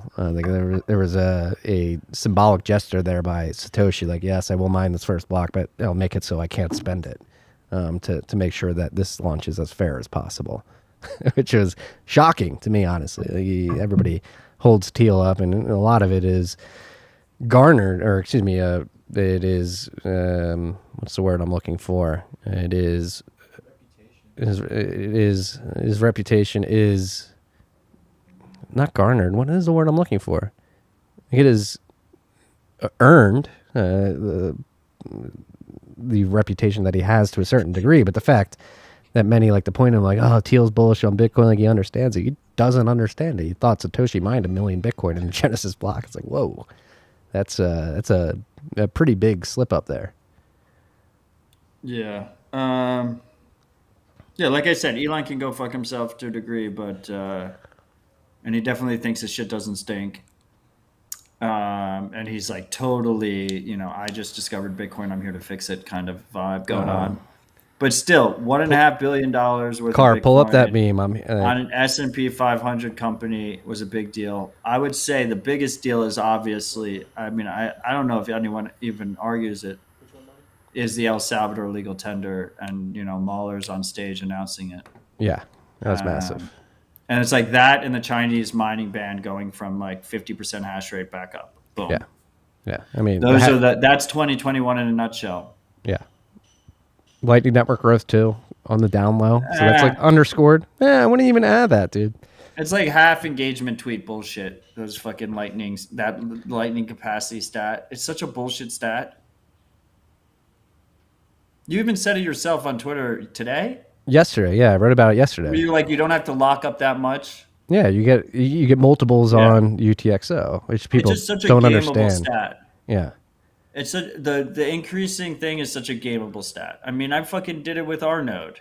It's you just add Bitcoin to it, you pay 1 sat per byte, and you're ooh. Well, that's the beauty. Capacity went up. So we've had the TFTC, and this is what I was trying to highlight in the newsletter and that tweet that I sent out late last night, and probably should have articulated this in the newsletter specifically, but we set up our TFTC node, the company node that has everything running on the website for the shout outs, dime bag, just tipping us generally. I set that up in May of 2019. I set those channels up, and we've just been I haven't added any Bitcoin since then, and we've just gotten to it. Yeah, we've just gotten insane utility, That's a little sending bit and different. receiving. Why? Because we have a audience of ride or die freaks, that if they try and buy a shout out or something and they don't have enough channel capacity, will then open a channel from their routing node to us. You know, a lot of people don't have that. You know, they don't have that. Luxury. Is the wrong word. Luxury. Yeah. Yeah. So like we have freaks that are just opening up channels because they, you know, they're ride or die and they love us. Yeah, and they know that we're not going to screw you over, freaks. We're not going to like force close or anything like that. Yeah. But yeah, I mean, in general, I would say there's a reason that I've never posted the up and to the right lightning capacity chart. And that's because it's kind of a bullshit metric. Yeah. And it doesn't really... And it's only public capacity. You can't even factor in... Right, so it's not including private channels. It's not talking about, like, what is the centralization of those channels. I mean, people were posting it when, like, Ellen Big was 50% of the fucking capacity. You know, it's like a really nice way of getting engagement on Twitter and other social media. Yes. Yes, it is. Engagement whores. Guilty sometimes, but I like to think I'm less guilty than some others out there. Am I an engagement whore? We all are a little bit, yeah. Yeah. I think the important thing, I think everyone to a certain level is a hypocrite. My people are the ones who just acknowledge that they have hypocritical tendencies and try and improve them as much as possible. Hand up. I think Bitcoiners are truth seekers. Hand up. Not all Bitcoiners, Car. Yeah. It's, As Udi so thoughtfully likes to make known, if you own Bitcoin, you're a Bitcoiner. yeah, And the it's whole true. world's going to own Bitcoin. So I'd be careful of saying that Bitcoiners have integrity or Bitcoiners are truth seekers. Those kind of wide-ranging statements are naturally invalidated because, you know, Bitcoin is for anyone and most Well, people will be using it. Now we're going to get heady here. Like, but Bitcoin does incentivize you to seek truth. Does it? Yeah, because the opportunity, again, is what if going to the monetary What about economics. Justin Sun? I mean, Dude's got way more Bitcoin than both of us. that's true. He does. Is his incentive to seek truth? In aggregate of individuals, not Bitcoin owned. Especially, yeah. I mean, so that's saying, you know. that's a different level. Yeah, so that's a different level of like Bitcoin, right? He's got an insane amount of Bitcoin. Or maybe Ride or die freaks are truth seekers. yes, because the opportunity cost of not seeking truth, if you have an amount of sats that is probably closer to the average of your average Bitcoin holder compared to Justin Sun, like not seeking the truth and living an untruthful life, could lead you to losing out on sats or losing You sats sound in like the future. Camilla Harris explaining inflation. Kamala. Oh, sorry. Kamala. Vice President Harris. Kamala. Vice President She Harris. changed her name. She changed her name. You're just doing the word vomit thing. Yeah. I'm sorry. All right. I don't want to do it. All right. Thanks for calling me out. Maybe I'm being a hypocrite. I'm trying to like say, like, I think the point I was trying to make is like Bitcoin brings back real opportunity costs to the world where you have to Yes. weigh decisions.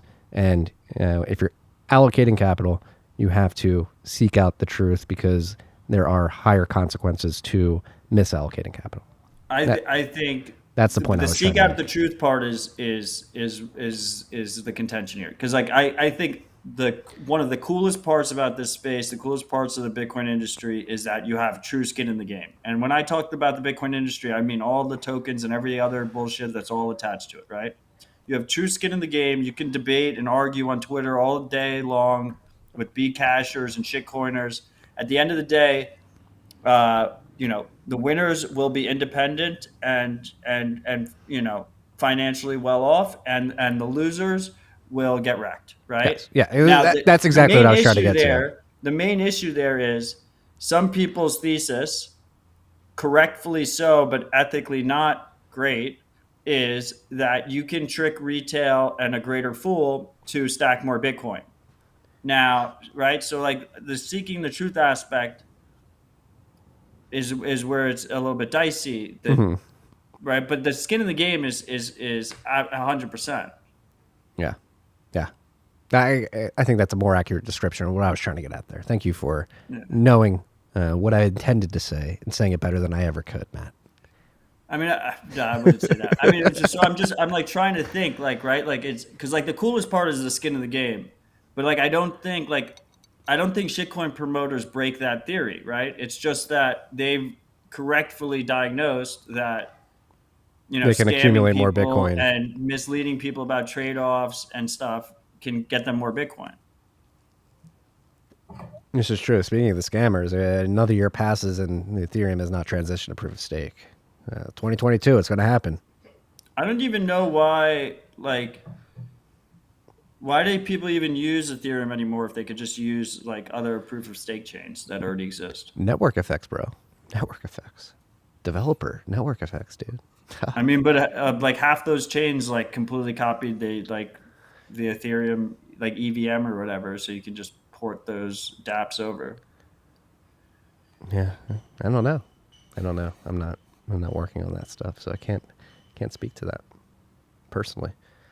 Got a burp coming. Excuse me. Wow, right into eardrums worldwide. I'm sorry, freak. Sorry for attacking your ears with a. What else do you want to talk about this year? You want to talk about the hash rate? Yeah, I mean we've touched on it pretty consistently since the news of the. At the time, it was a pending China ban. Came out in May. Went into effect in June. Hashrate came off the network and subsequently returned to the network. We're at all-time highs. I don't know if right now, but we have surpassed the Hashrate all-time highs that were hit earlier before the ban. And we've been echoing this throughout the summer, the fall, and now into the winter. Like it is a underappreciated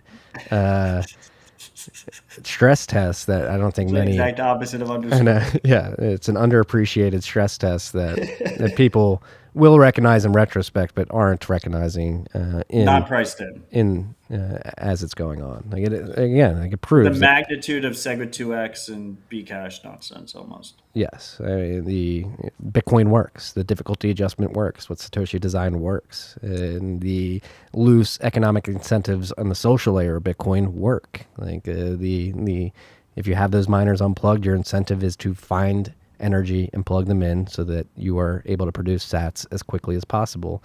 And that is the social layer of Bitcoin. China bans mining, forces Chinese miners to unplug, and then those Chinese miners say, hey, I've got this physical option on future production of Bitcoin that I'm missing out on. Like I am economically incentivized to plug this in as quickly as possible. And those Chinese miners, in coordination with other economic actors globally, figured out a way to produce electricity and get those plugged in. And that is just a beauty of, number one, the technical aspect of Bitcoin, specifically the difficulty adjustment, where it made sure that blocks were coming in at a reasonable pace as hash rate fell off the network, and the social layer of Bitcoin, where you have individual greedy economic actors trying to stack as many sats as possible, moving as quickly as possible to get those machines plugged back in. It's a beautiful incentive mechanism and a technical implementation of that incentive mechanism. It's one of the most beautiful things that has ever been designed in human history. We are very fortunate. That's what's so frustrating, right? It's like that is the innovation. It's like it's the key innovation here. And like the shitcoiners are like, we need to solve proof of work. That's the problem with the blockchain. And like every time I hear that, I'm like, yes, we're gonna make it. Yes. Like I love it. I think Bitcoiners get a little bit too triggered by it. It's like more time for us. Like let them go be distracted. Let them go be distracted. Like you go over there, you shill POS, you shill transactions per second, you shill whatever it may be. That Iran story, and like Bloomberg used the title "Crypto Mining Halted," right? And then you think in your head, like, are people mining anything but Bitcoin? Like, no. Even like a year and a half ago, there was all these talks about these large ETH miners that were going in, and then like constant proof of stake, bashing over there, just resulted in basically like anyone who's mining is mining Bitcoin. There's very few. You have like Monero with their, they think that they solved physics and they're going to have ASIC resistant mining. Solved But physics. instead, they're just going to have a centralized change to their mining algorithm when ASICs inevitably become obvious on the network. But like, really, you just have no other change with established mining sectors. So whenever you see a story about crypto mining, it's really a journalist that's misinformed talking about Bitcoin mining. Yes. And that single fact is absolutely crazy and underpriced right now. It's like not priced in at all. People do not realize that. No, and like piggybacking on this whole theme, what I think this really drove home, particularly for the North American mining industry, was holy shit. Mining is very much connected to the energy sector. And again, I highlighted earlier, but that's another theme that probably got accelerated via the forced exodus of Chinese miners, is the energy sector waking up and like, holy shit, like we can monetize our wasted energy with this Bitcoin mining. Yeah. It's also the easiest shill ever. Why do you say that? My favorite is our buddy Max. I'm gonna Gagliardi. butcher his name. Gagliardi. Yeah, Talk Energy podcast. Like he came in as an O&G guy first, an oil and gas guy first, and then came into Bitcoin. And it's like a completely different perspective than how I came into Bitcoin. It's such an easy shill. It's like one of the easiest shills. It's like the only people that are as easy to shill that to is like people who got deplatformed from like every single platform. Yeah.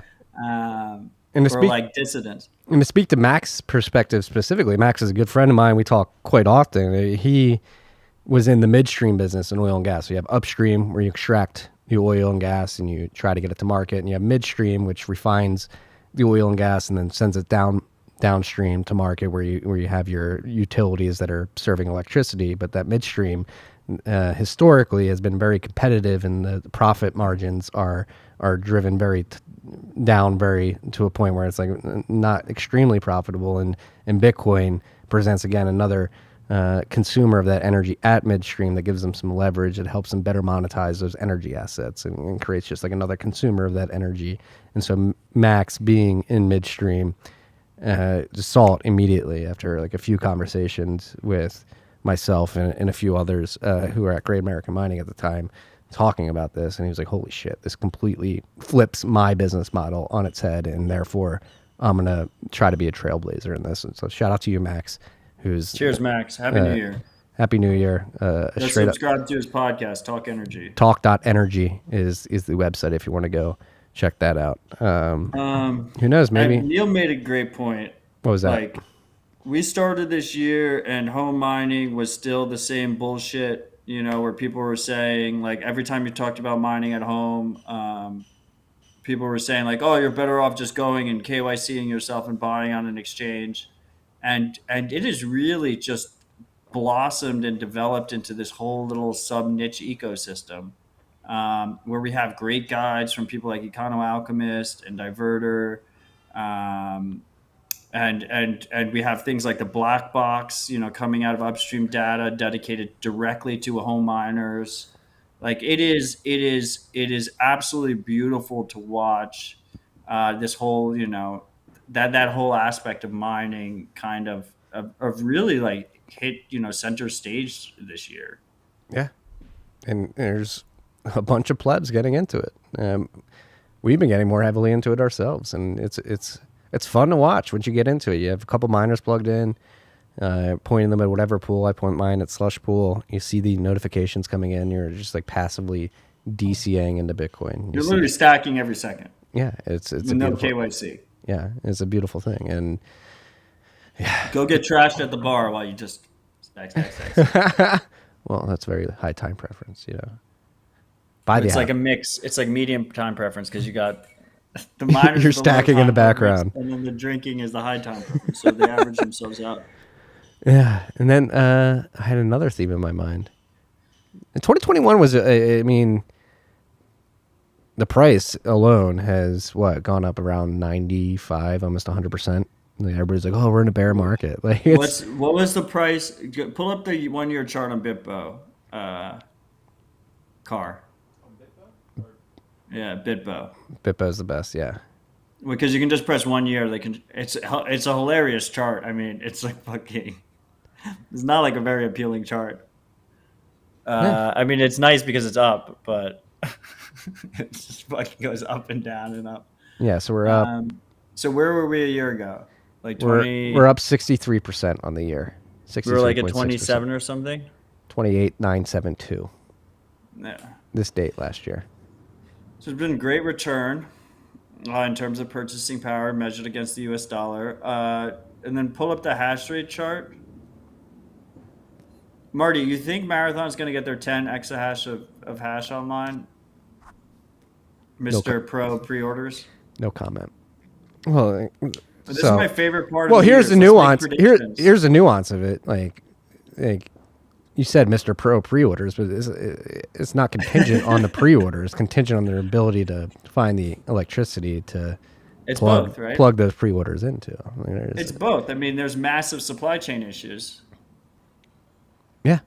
I guess it would be a two-sided bet. Like, Well- I mean, not bet, two-sided prediction. Like, will they receive the hardware? Well, it's and not will even they the get supply. hardware Like online? there's high execution risk, especially if you're doing like an industrial sized mine. Like you actually need to know how to control the airflow, how to set up the electrical Do you think they'll infrastructure. receive the miners, the Like you- ASICs? Yeah, I do. When is we have Ronin telling us it's 23 exahash? Yeah, it's insane. It's insane how much they just spent like $879 million on S19s, I believe. Like $1 billion. Yeah. When are the ASICs supposed to come in? I can't recall off the top of my head. Bread and Circus says you're thinking of the podcast with Glenn Greenwald and Alex Gladstein, and you can find that on rumble.com. And you'll be able to see Glenn on TFTC at some point in the next month. Fuck as well. yeah. So Marty, what's the current hash rate right now? Go back to the insights.brains.com, brains with 2 I's. Just go to the far right. According to insights.brains.com, it's 167 exahash. Okay, and what was it last year? 147. So we're up 20 exahash. Divided by 147 is 15%? Maybe. Match on TFTC. Okay, how much do you think it's going to increase this year? I mean, if we're just going off, again, many factors here. It depends on the price. Depends on the ability of those getting miners. Number one, if the miners actually get delivered. Number two, if they do get delivered, if the people that they're getting delivered to have electricity to plug it into. And then number three, the price of Bitcoin. Or number four. So that's four. I got 4 fingers up here. That's 4. I think it's going to go up significantly, but it depends on those 4 factors and how they play with each other. Like, so if the price So your stays, prediction is if the price stays static, significantly based on variables. yeah. I mean, yeah. It's not a prediction, Marty. It has to be. It has You to were be. you were correct on that math, by the way. Was I? It was it's like 15%. Yeah. Yeah. Okay. The Over under. What are we at right now? 167. According to Over under 200 exahash. over easily. So like, Yeah? so if the price So- stays static, miners get produced and delivered, and miners have electricity to plug those into. Hash rate's going to go up. S9s are going to fall off because if the price stays static. They'll probably fall to a point where it's unprofitable, potentially. But 200 exahash will be a larger increase than last year percentage wise. Oh, like 200 exahash added. I thought you said over 200 exahash at the end of next year, which is 33 exahash from where we are now. Yeah, that's what I'm saying. Which is like a 20% increase. Yeah, I think it'll be more. So it's more than last year, more than this year, percentage wise. Yeah, I think so. So you're going to go over 200 exahash. Yeah, I mean, just pure orders. Over under 250. God, you know how you put me on the spot.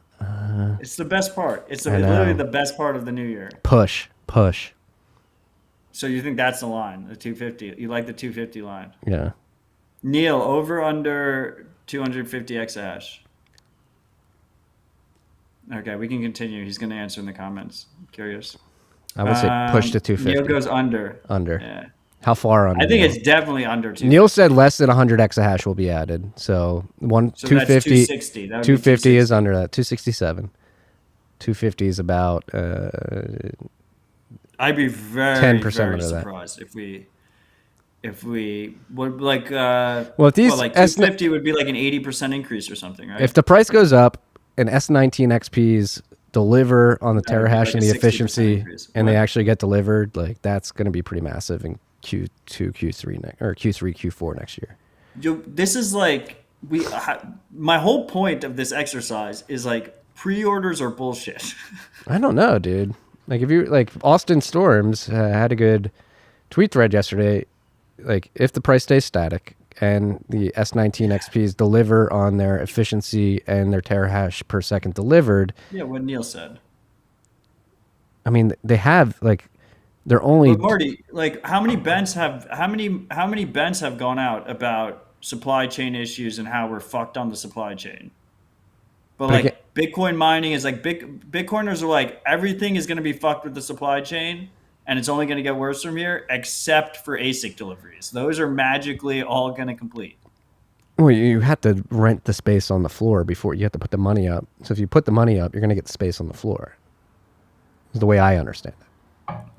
And they're only able to do these pre-orders if they had the space on the floor to then go produce it. The question is, are they No, so producing? Bitmain is acting ethically, and they're making sure that they can actually deliver these. Well, miners, that's another good to point, too. Marathon before they make the order. Apparently, behind the scenes too, there is like Bitmain and TSMC have some squabbles to figure out. Yeah, I could see it.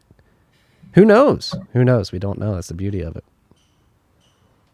Yeah, Joe? Neil's got it. I mean, obviously the black swan in the room is if something happens with Taiwan, like Yeah. then it's Well, dramatically under.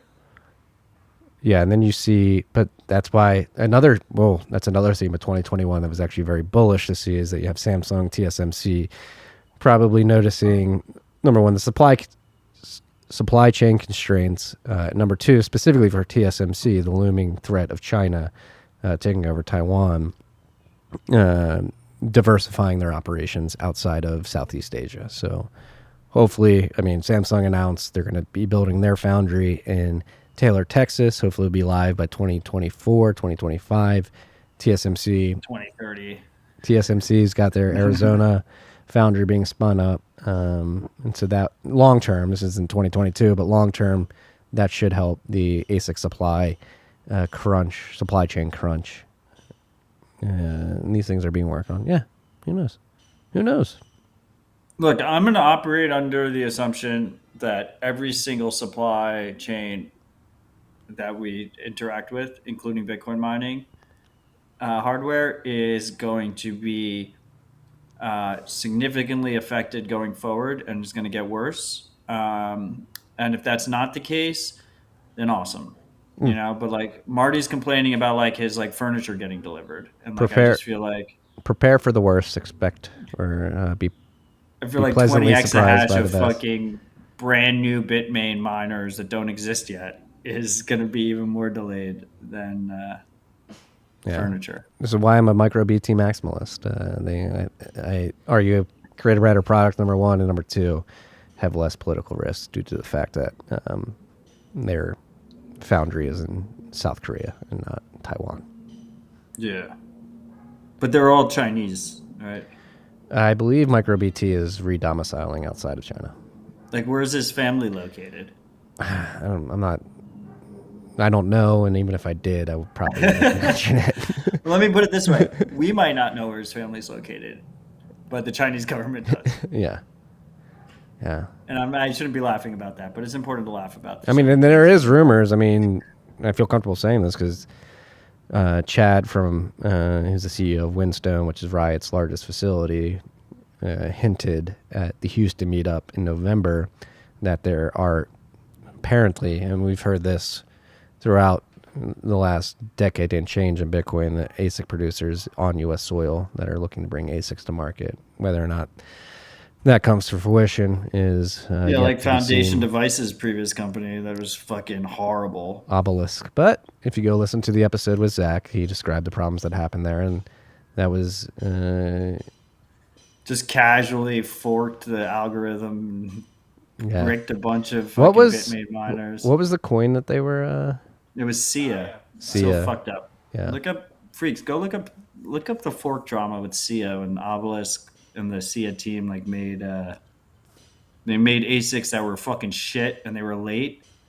They looked nice, but they were late and they were inefficient. And so instead, they had a backdoor algorithm that they switched to, and they forked out all the Bitmain ASICs. Not an ideal situation if you're an ASIC And provider. then they closed down that company, and then they moved down the street and created Foundation Devices. Hey, you. That is exactly what happened. Was Zach the main decision maker? Was Zach the main decision maker there? No. Yeah. He was up. I was on the top ish. Well, right? he got placed as the COO late in the game, and I think he might have been used as a patsy. Yeah, I mean, I would. It's look. I think I had Steve Lee on Dispatch, and I mean, obviously, Block, formerly Square, is working on a open source ASIC design that's going to have like a more of a retail focus as well as like an industrial product. It seems like they're going to go in like two ways. It should be interesting to see how that plays out. In the comments, we have some good. Obviously, the more ASIC producers, the better. Like literally, MicroBT, who we love, is like he's the former S9 like, designer. S9, yeah. So really, it's just like Bitmain 1 and 2, right? It's just like it's it's. And then obviously you have they're Kanan, separate now. you have Minerva, you have those second, third tier ASIC providers. The more producers, the better, obviously. Yeah. And like it's a very low bar right now. Marty, 200K by conference day, over under. I'll ask you that question. It's a question for you specifically, sir. April is 4 months. It is under, which no, we're not going to be over 200K by conference day. But that doesn't preclude me from 2 months before the conference going all caps and saying 200K by conference day. I'm not saying. Why repeat? Joe Rogan on TFTC in 2022. Joe Rogan doesn't go on many other podcasts. I will say no. I got a bet with Carmen on that. I will say no. I'm going to go yes. I'm gonna go yes. I will say no. Because let memes be reality, Have some positivity. I mean, I would love. I mean, I'm just going based. I'm not even going to rehash my prediction from last year's last RHR because it's too spicy. That did not come true. Thank God. What was that? No, I'm not going to say it. Pull the tapes. I'm not going to say it. I'm not going to say it. If you go back, maybe the freaks in the comments Freaks remember. in the comments, if you know what his prediction was, go check the prediction. You're not going to be happy if I rehash it. I'm happy it didn't me? happen. Yes, you. Why wouldn't I be happy? Now Because you got to tell us. You got to tell the freaks. I mean, it was in the midst of like. What month? You said, what is your prediction for 2021? I'm not going to say. Oh, it. I remember. Do not say that. Yes, Yeah, exactly. That was really bad. Exactly. Because then it happened like 6 days later. No, it didn't. Almost happened. It almost happened. Almost, but it didn't. That was such a bad prediction. Do Yes. not say it. Yeah, Thank you. exactly. You've learned. Exactly. See, Marty's grown tremendously over the He's grown tremendously. Holy fucking shit. That was a horrible prediction. 1 sat per byte confirmed next block. December 1, 2022. Yes or no? Confirm next block or within 144? I would say within 144. It was a hard one. I went on Sessions Why We're Bullish Christmas special with Pierre and Francis and Elise, and we basically all agreed that the fee thing this year completely caught us off guard. Like I did not expect to spend this whole year being able to just do 1 sat per byte pretty much the next block on consistent. Well, Like, what is I was the wrong. We were wrong. What is the main driver of that? I think I have an idea. I'm interested. We were to hear yours. fucking wrong. Well, why? Why were we wrong? Because we weren't factoring in the fact that blockchain.com accounts for 1/3 of all the transactions. Yes, dude, they implemented SegWit. No. It's 1/3 First of every. all, don't use blockchain.com. No, obvious, but it's crazy that it's still like it's not 1/3 of every talking about. transaction emanates from one of their wallets, and they finally Well, no, implemented it's SegWit. like their API. A lot of wallets use their API as well. Yeah. But yeah, still, like don't use a wallet that uses their API. I wouldn't be surprised if Jack comes on. Jack, if you're listening, the invite is always Dorsey. open. Yeah. This is why it's Dorsey and Wallers. I wouldn't be surprised if both Jacks come. Well, East guy in his defense put at Jack, which is Jack's. I know, but the podcast freaks don't know. Yeah. But look, we were getting like kind of like a remblance of a fee market happening, and then the Chinese mining thing happened. The Chinese mining restrictions happened, and then all of a sudden, the fee market completely dropped off a cliff. Now, there's two theories there. Pierre made a very interesting theory. I like the don't know who pool. that guy is, but- I like the pool pushing fees up theory. I like that one.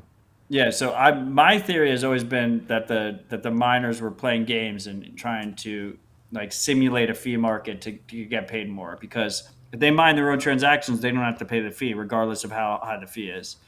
But what Pierre mentioned, which was interesting, is the Chinese OTC market got completely crushed during that mining ban, and that OTC market was always settling on chain. So there could be an argument there, at least, that there was some connection there of Chinese on-chain demand decreasing.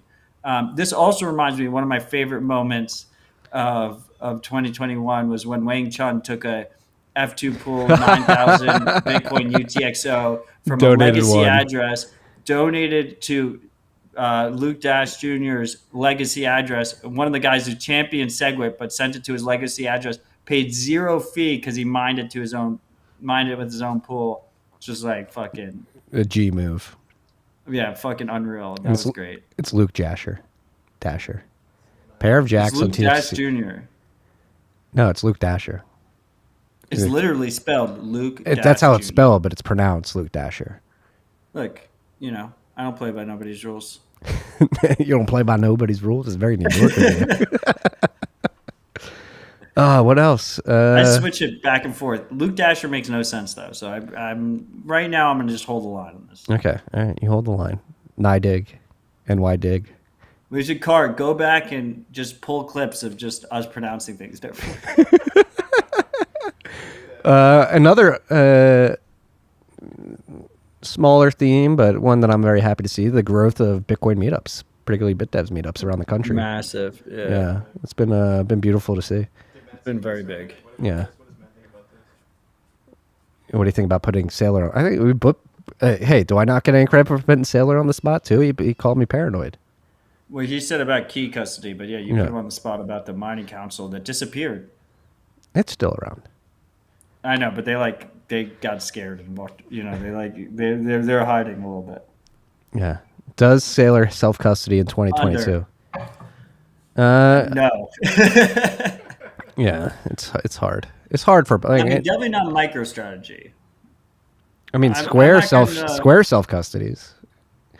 Every major exchange self custodies. Like all these fucking new coiners out there that are like, oh, it's too difficult. They have too much money. Like FTX fucking does it. Binance does it. Bitfinex does it. Coinbase does it. Fucking Tether does it. And the whole U.S. government apparatus wants to fucking kill them.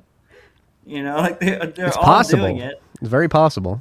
There's plenty of examples. And, maybe like somewhere, like once you pass like the $300 million stack, like it becomes like worth it to, like invest a little bit of time and money into doing it.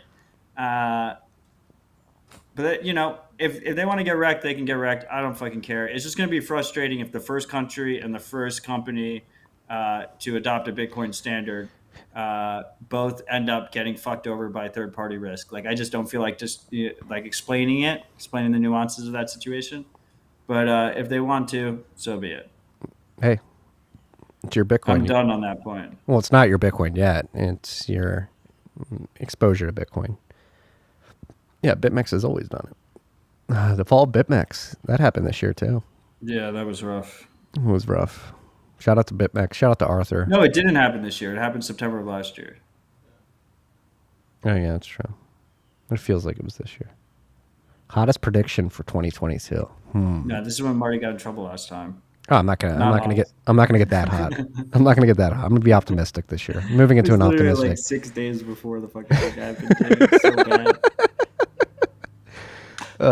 Now you're alluding to it. Don't allude to it. I mean, I know you weren't involved. It just was horrible. Of course it was. What the fuck?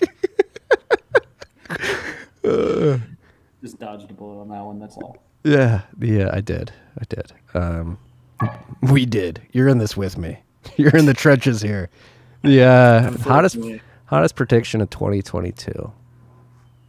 I mean, I wouldn't say it's like a hot prediction in that it's unforeseen or unpredictable, but I think 2022 will be the year that Bitcoin really gets recognized as super collateral and it gets implemented into more traditional financial products as super collateral. What does that mean?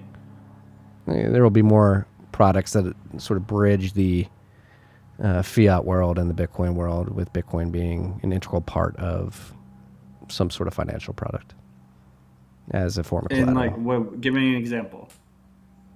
I mean, so what? Like Unchained, HODL, those use Bitcoin. So more as, of that, yes, but from players outside of the Bitcoin. like Santander or something doing it.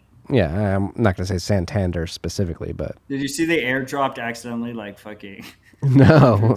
hundreds of millions of pounds on user accounts during Christmas, and now they have to claw it all back? Oh, that's where you go right into Bitcoin. That's what I was thinking. Santander. It just was like on my head. It's Santander. Did we get a second? Whatever. Santander. Don't lecture me on pronunciation. Oh, I'm the last person to be able to do that. Don't worry.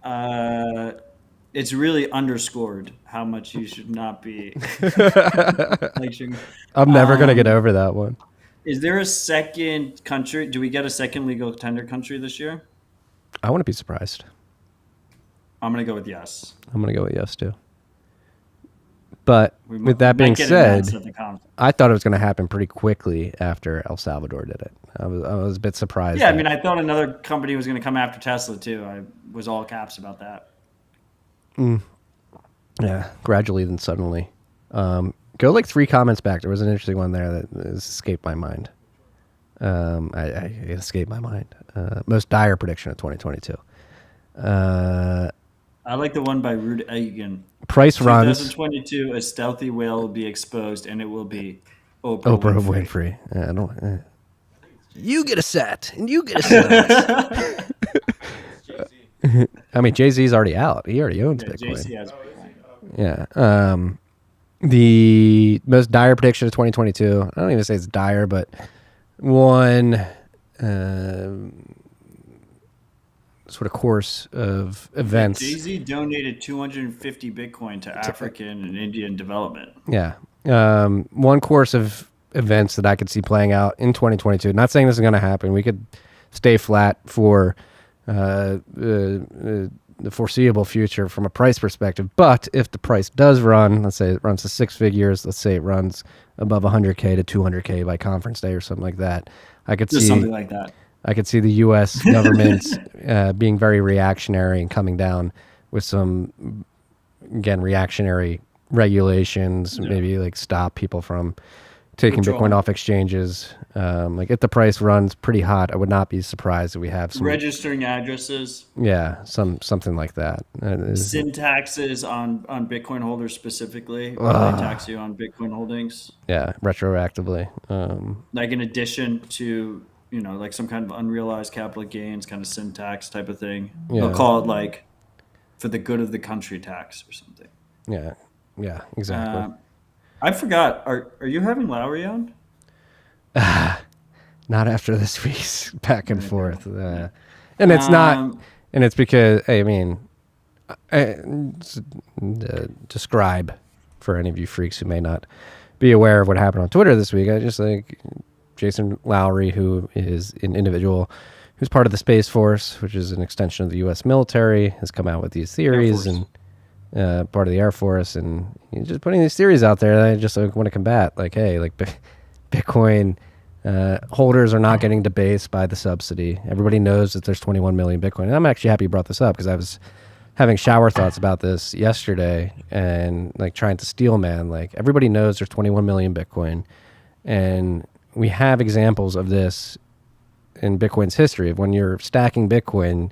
You're, in my mind at least, I'm like, all right, how much of the 21 million supply am I getting? And remember back in like 2013, 2014, through 16, there was a 21 club where like it was a goal of people to get 21 Bitcoin, knowing that you'd have 0.01% of the overall network. And that was like a goal.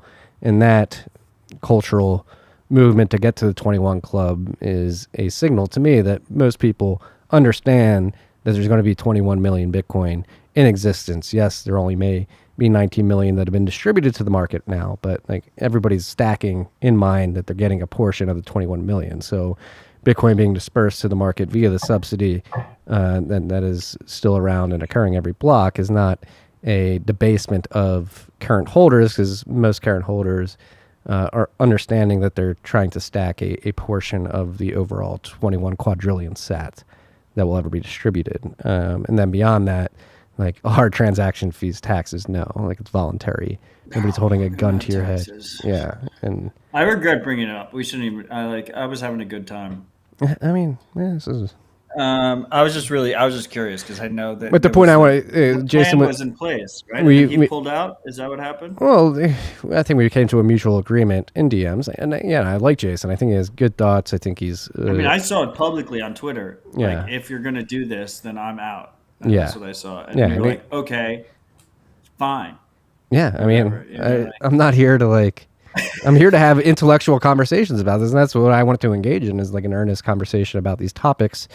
And obviously, he works for the U.S. military, the federal government, and I mean, he's literally a professional spook. Like LinkedIn, like he's very qualified in that regard. I mean, he's just literally spooking that he works for the government. It's transparent. Is it But like he's like worked for like every agency or whatever. I'd prefer a transparent spook versus like a he's like subversive. super qualified. And my goal is to turn the spook into a Bitcoiner, right? Like everybody's like, oh, spook, spook, spook. Like imagine if we can turn the spooks into Bitcoiners, and the spooks turn around to the spook masters and say, fuck you.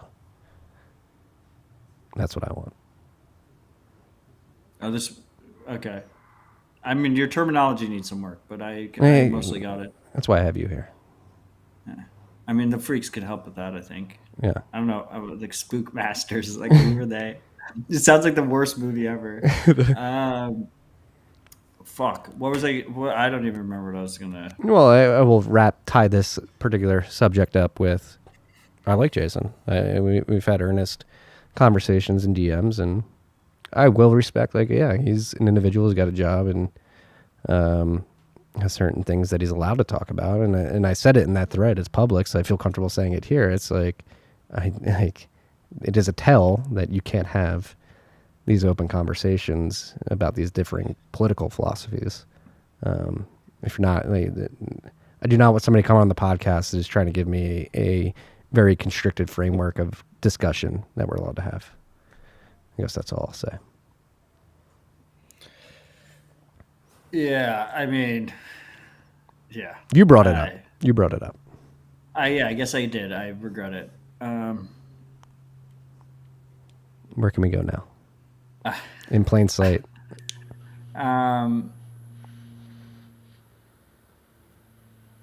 Did I become it just to me it seems like it's an operation.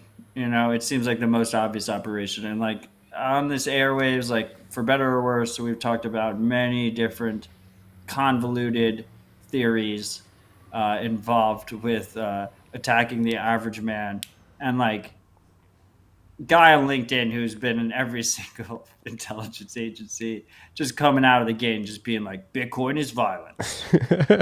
We as Bitcoiners are violent individuals, and just like tweeting it out and just getting retweets and getting exposures. Just like, come on, man. Like, really? Well, that's that's what leads me to believe like either they're very sloppy or it's just naivety. Yeah, but like, why is that gets the benefit of the doubt, but not the convoluted theory?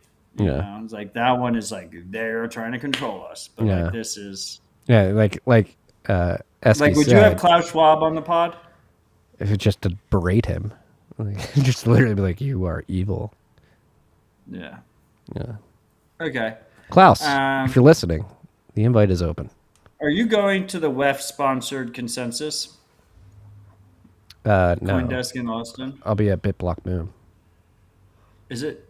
No, it's different time. Oh, I thought they were going on in parallel. No, he's doing like a side event during consensus that is like a BitBlock Boom side event. I don't know. Maybe I'll go to Sabotage. Like everybody was shitting on Jack Mallers before he went to the IMF event. Like, oh, what are you doing? Did you watch that? Yeah, he went and like shit on them. It was great. I haven't watched it yet. I mean, obviously he was going to shit on them. We all knew that. Yeah.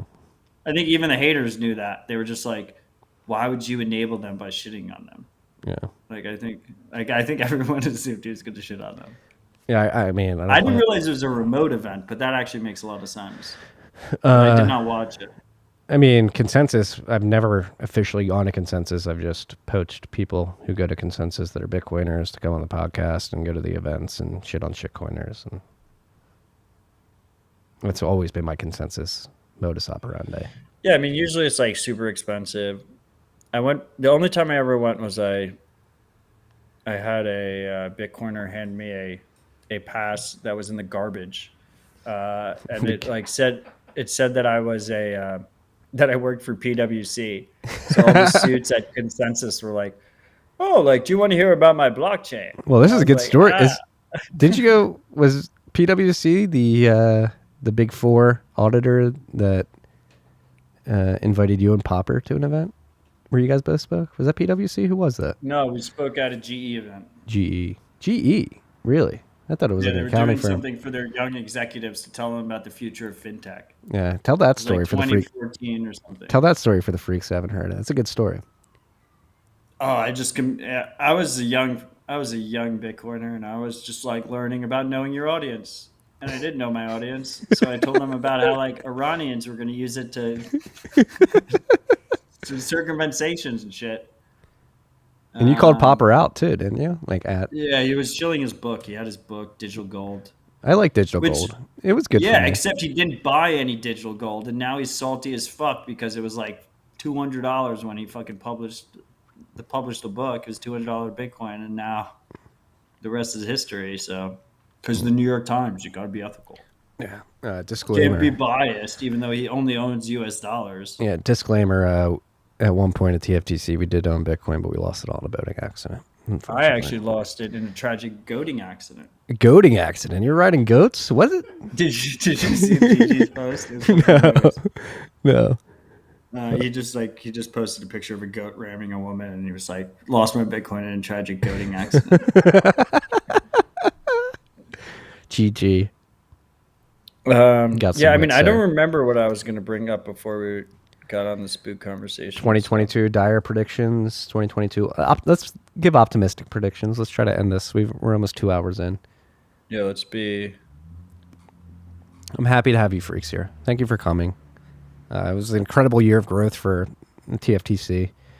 Downloads wise, audience wise, maturity wise, as Matt alluded to earlier. I'm learning how to not self-censor, but pick my battles. Yes. Pick my battles on the airwaves. Yeah. I have my moments. I'm trying my best here. I think it's low time preference. Yeah, I do as well. Like trying not to say things that might be used against you in the court of law. Yeah. Now you're freaking me out. Optimistic. Intentionally. Yeah, it's been a great year, family wise. I've got another one on the way. It's been a good year. Yeah, but it's been a good year for us. Tough year for others. Hopefully, tough year for a lot of people, man. Yeah, hopefully we can. I think we should like try and focus on I don't know. I feel like recently the pod or the show has been a little bit gloomy. Yes. Bitcoin is optimistic. I'm super grateful. Like this Christmas, this New Year's, like I'm just overwhelmed by being grateful and happy and fortunate. And it's I feel like we don't vocalize that enough. I know. We should. We like open up the show and it's just like, here's why you should be mad and why things are bad and shit. Yeah. 2022, the year that TFTC focuses on the optimistic, because that is it. It's hope. Don't let. 2019 was all hope. I'm the most. 2019 rabbit hole was all hope. 2020, like early 2020, it was like all hope. And then like we let like the COVID crazy bullshit like just derail the whole fucking thing. Yeah, and we're not going to let 2022 to be like a back to the hope, a new hope. A New Hope, 2022. Sats Wars.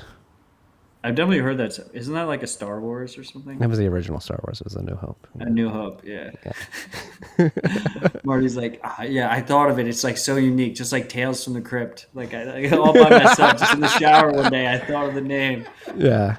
Maybe here's a 2022 is probably the year we move away from Tales from the Crypt, just in case we get big enough where Yeah, it should be. It's been TFTC for a minute now. Yeah, we're gonna get away just to prevent cease and desist from HBO.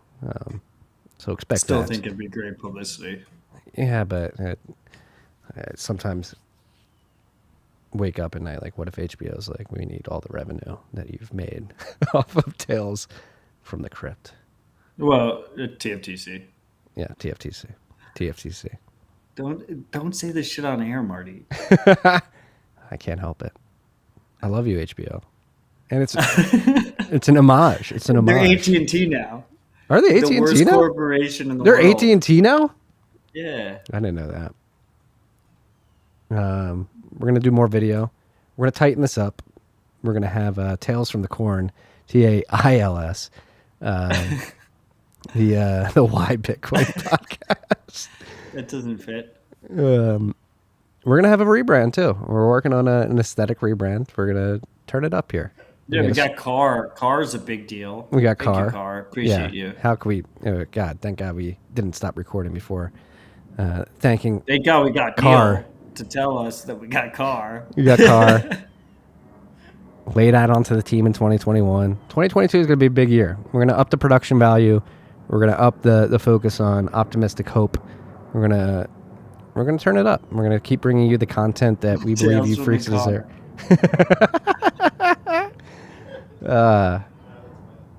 Should we wrap it up? Are we dying here? I love you guys. I love you, freaks. Happy New Year to you all.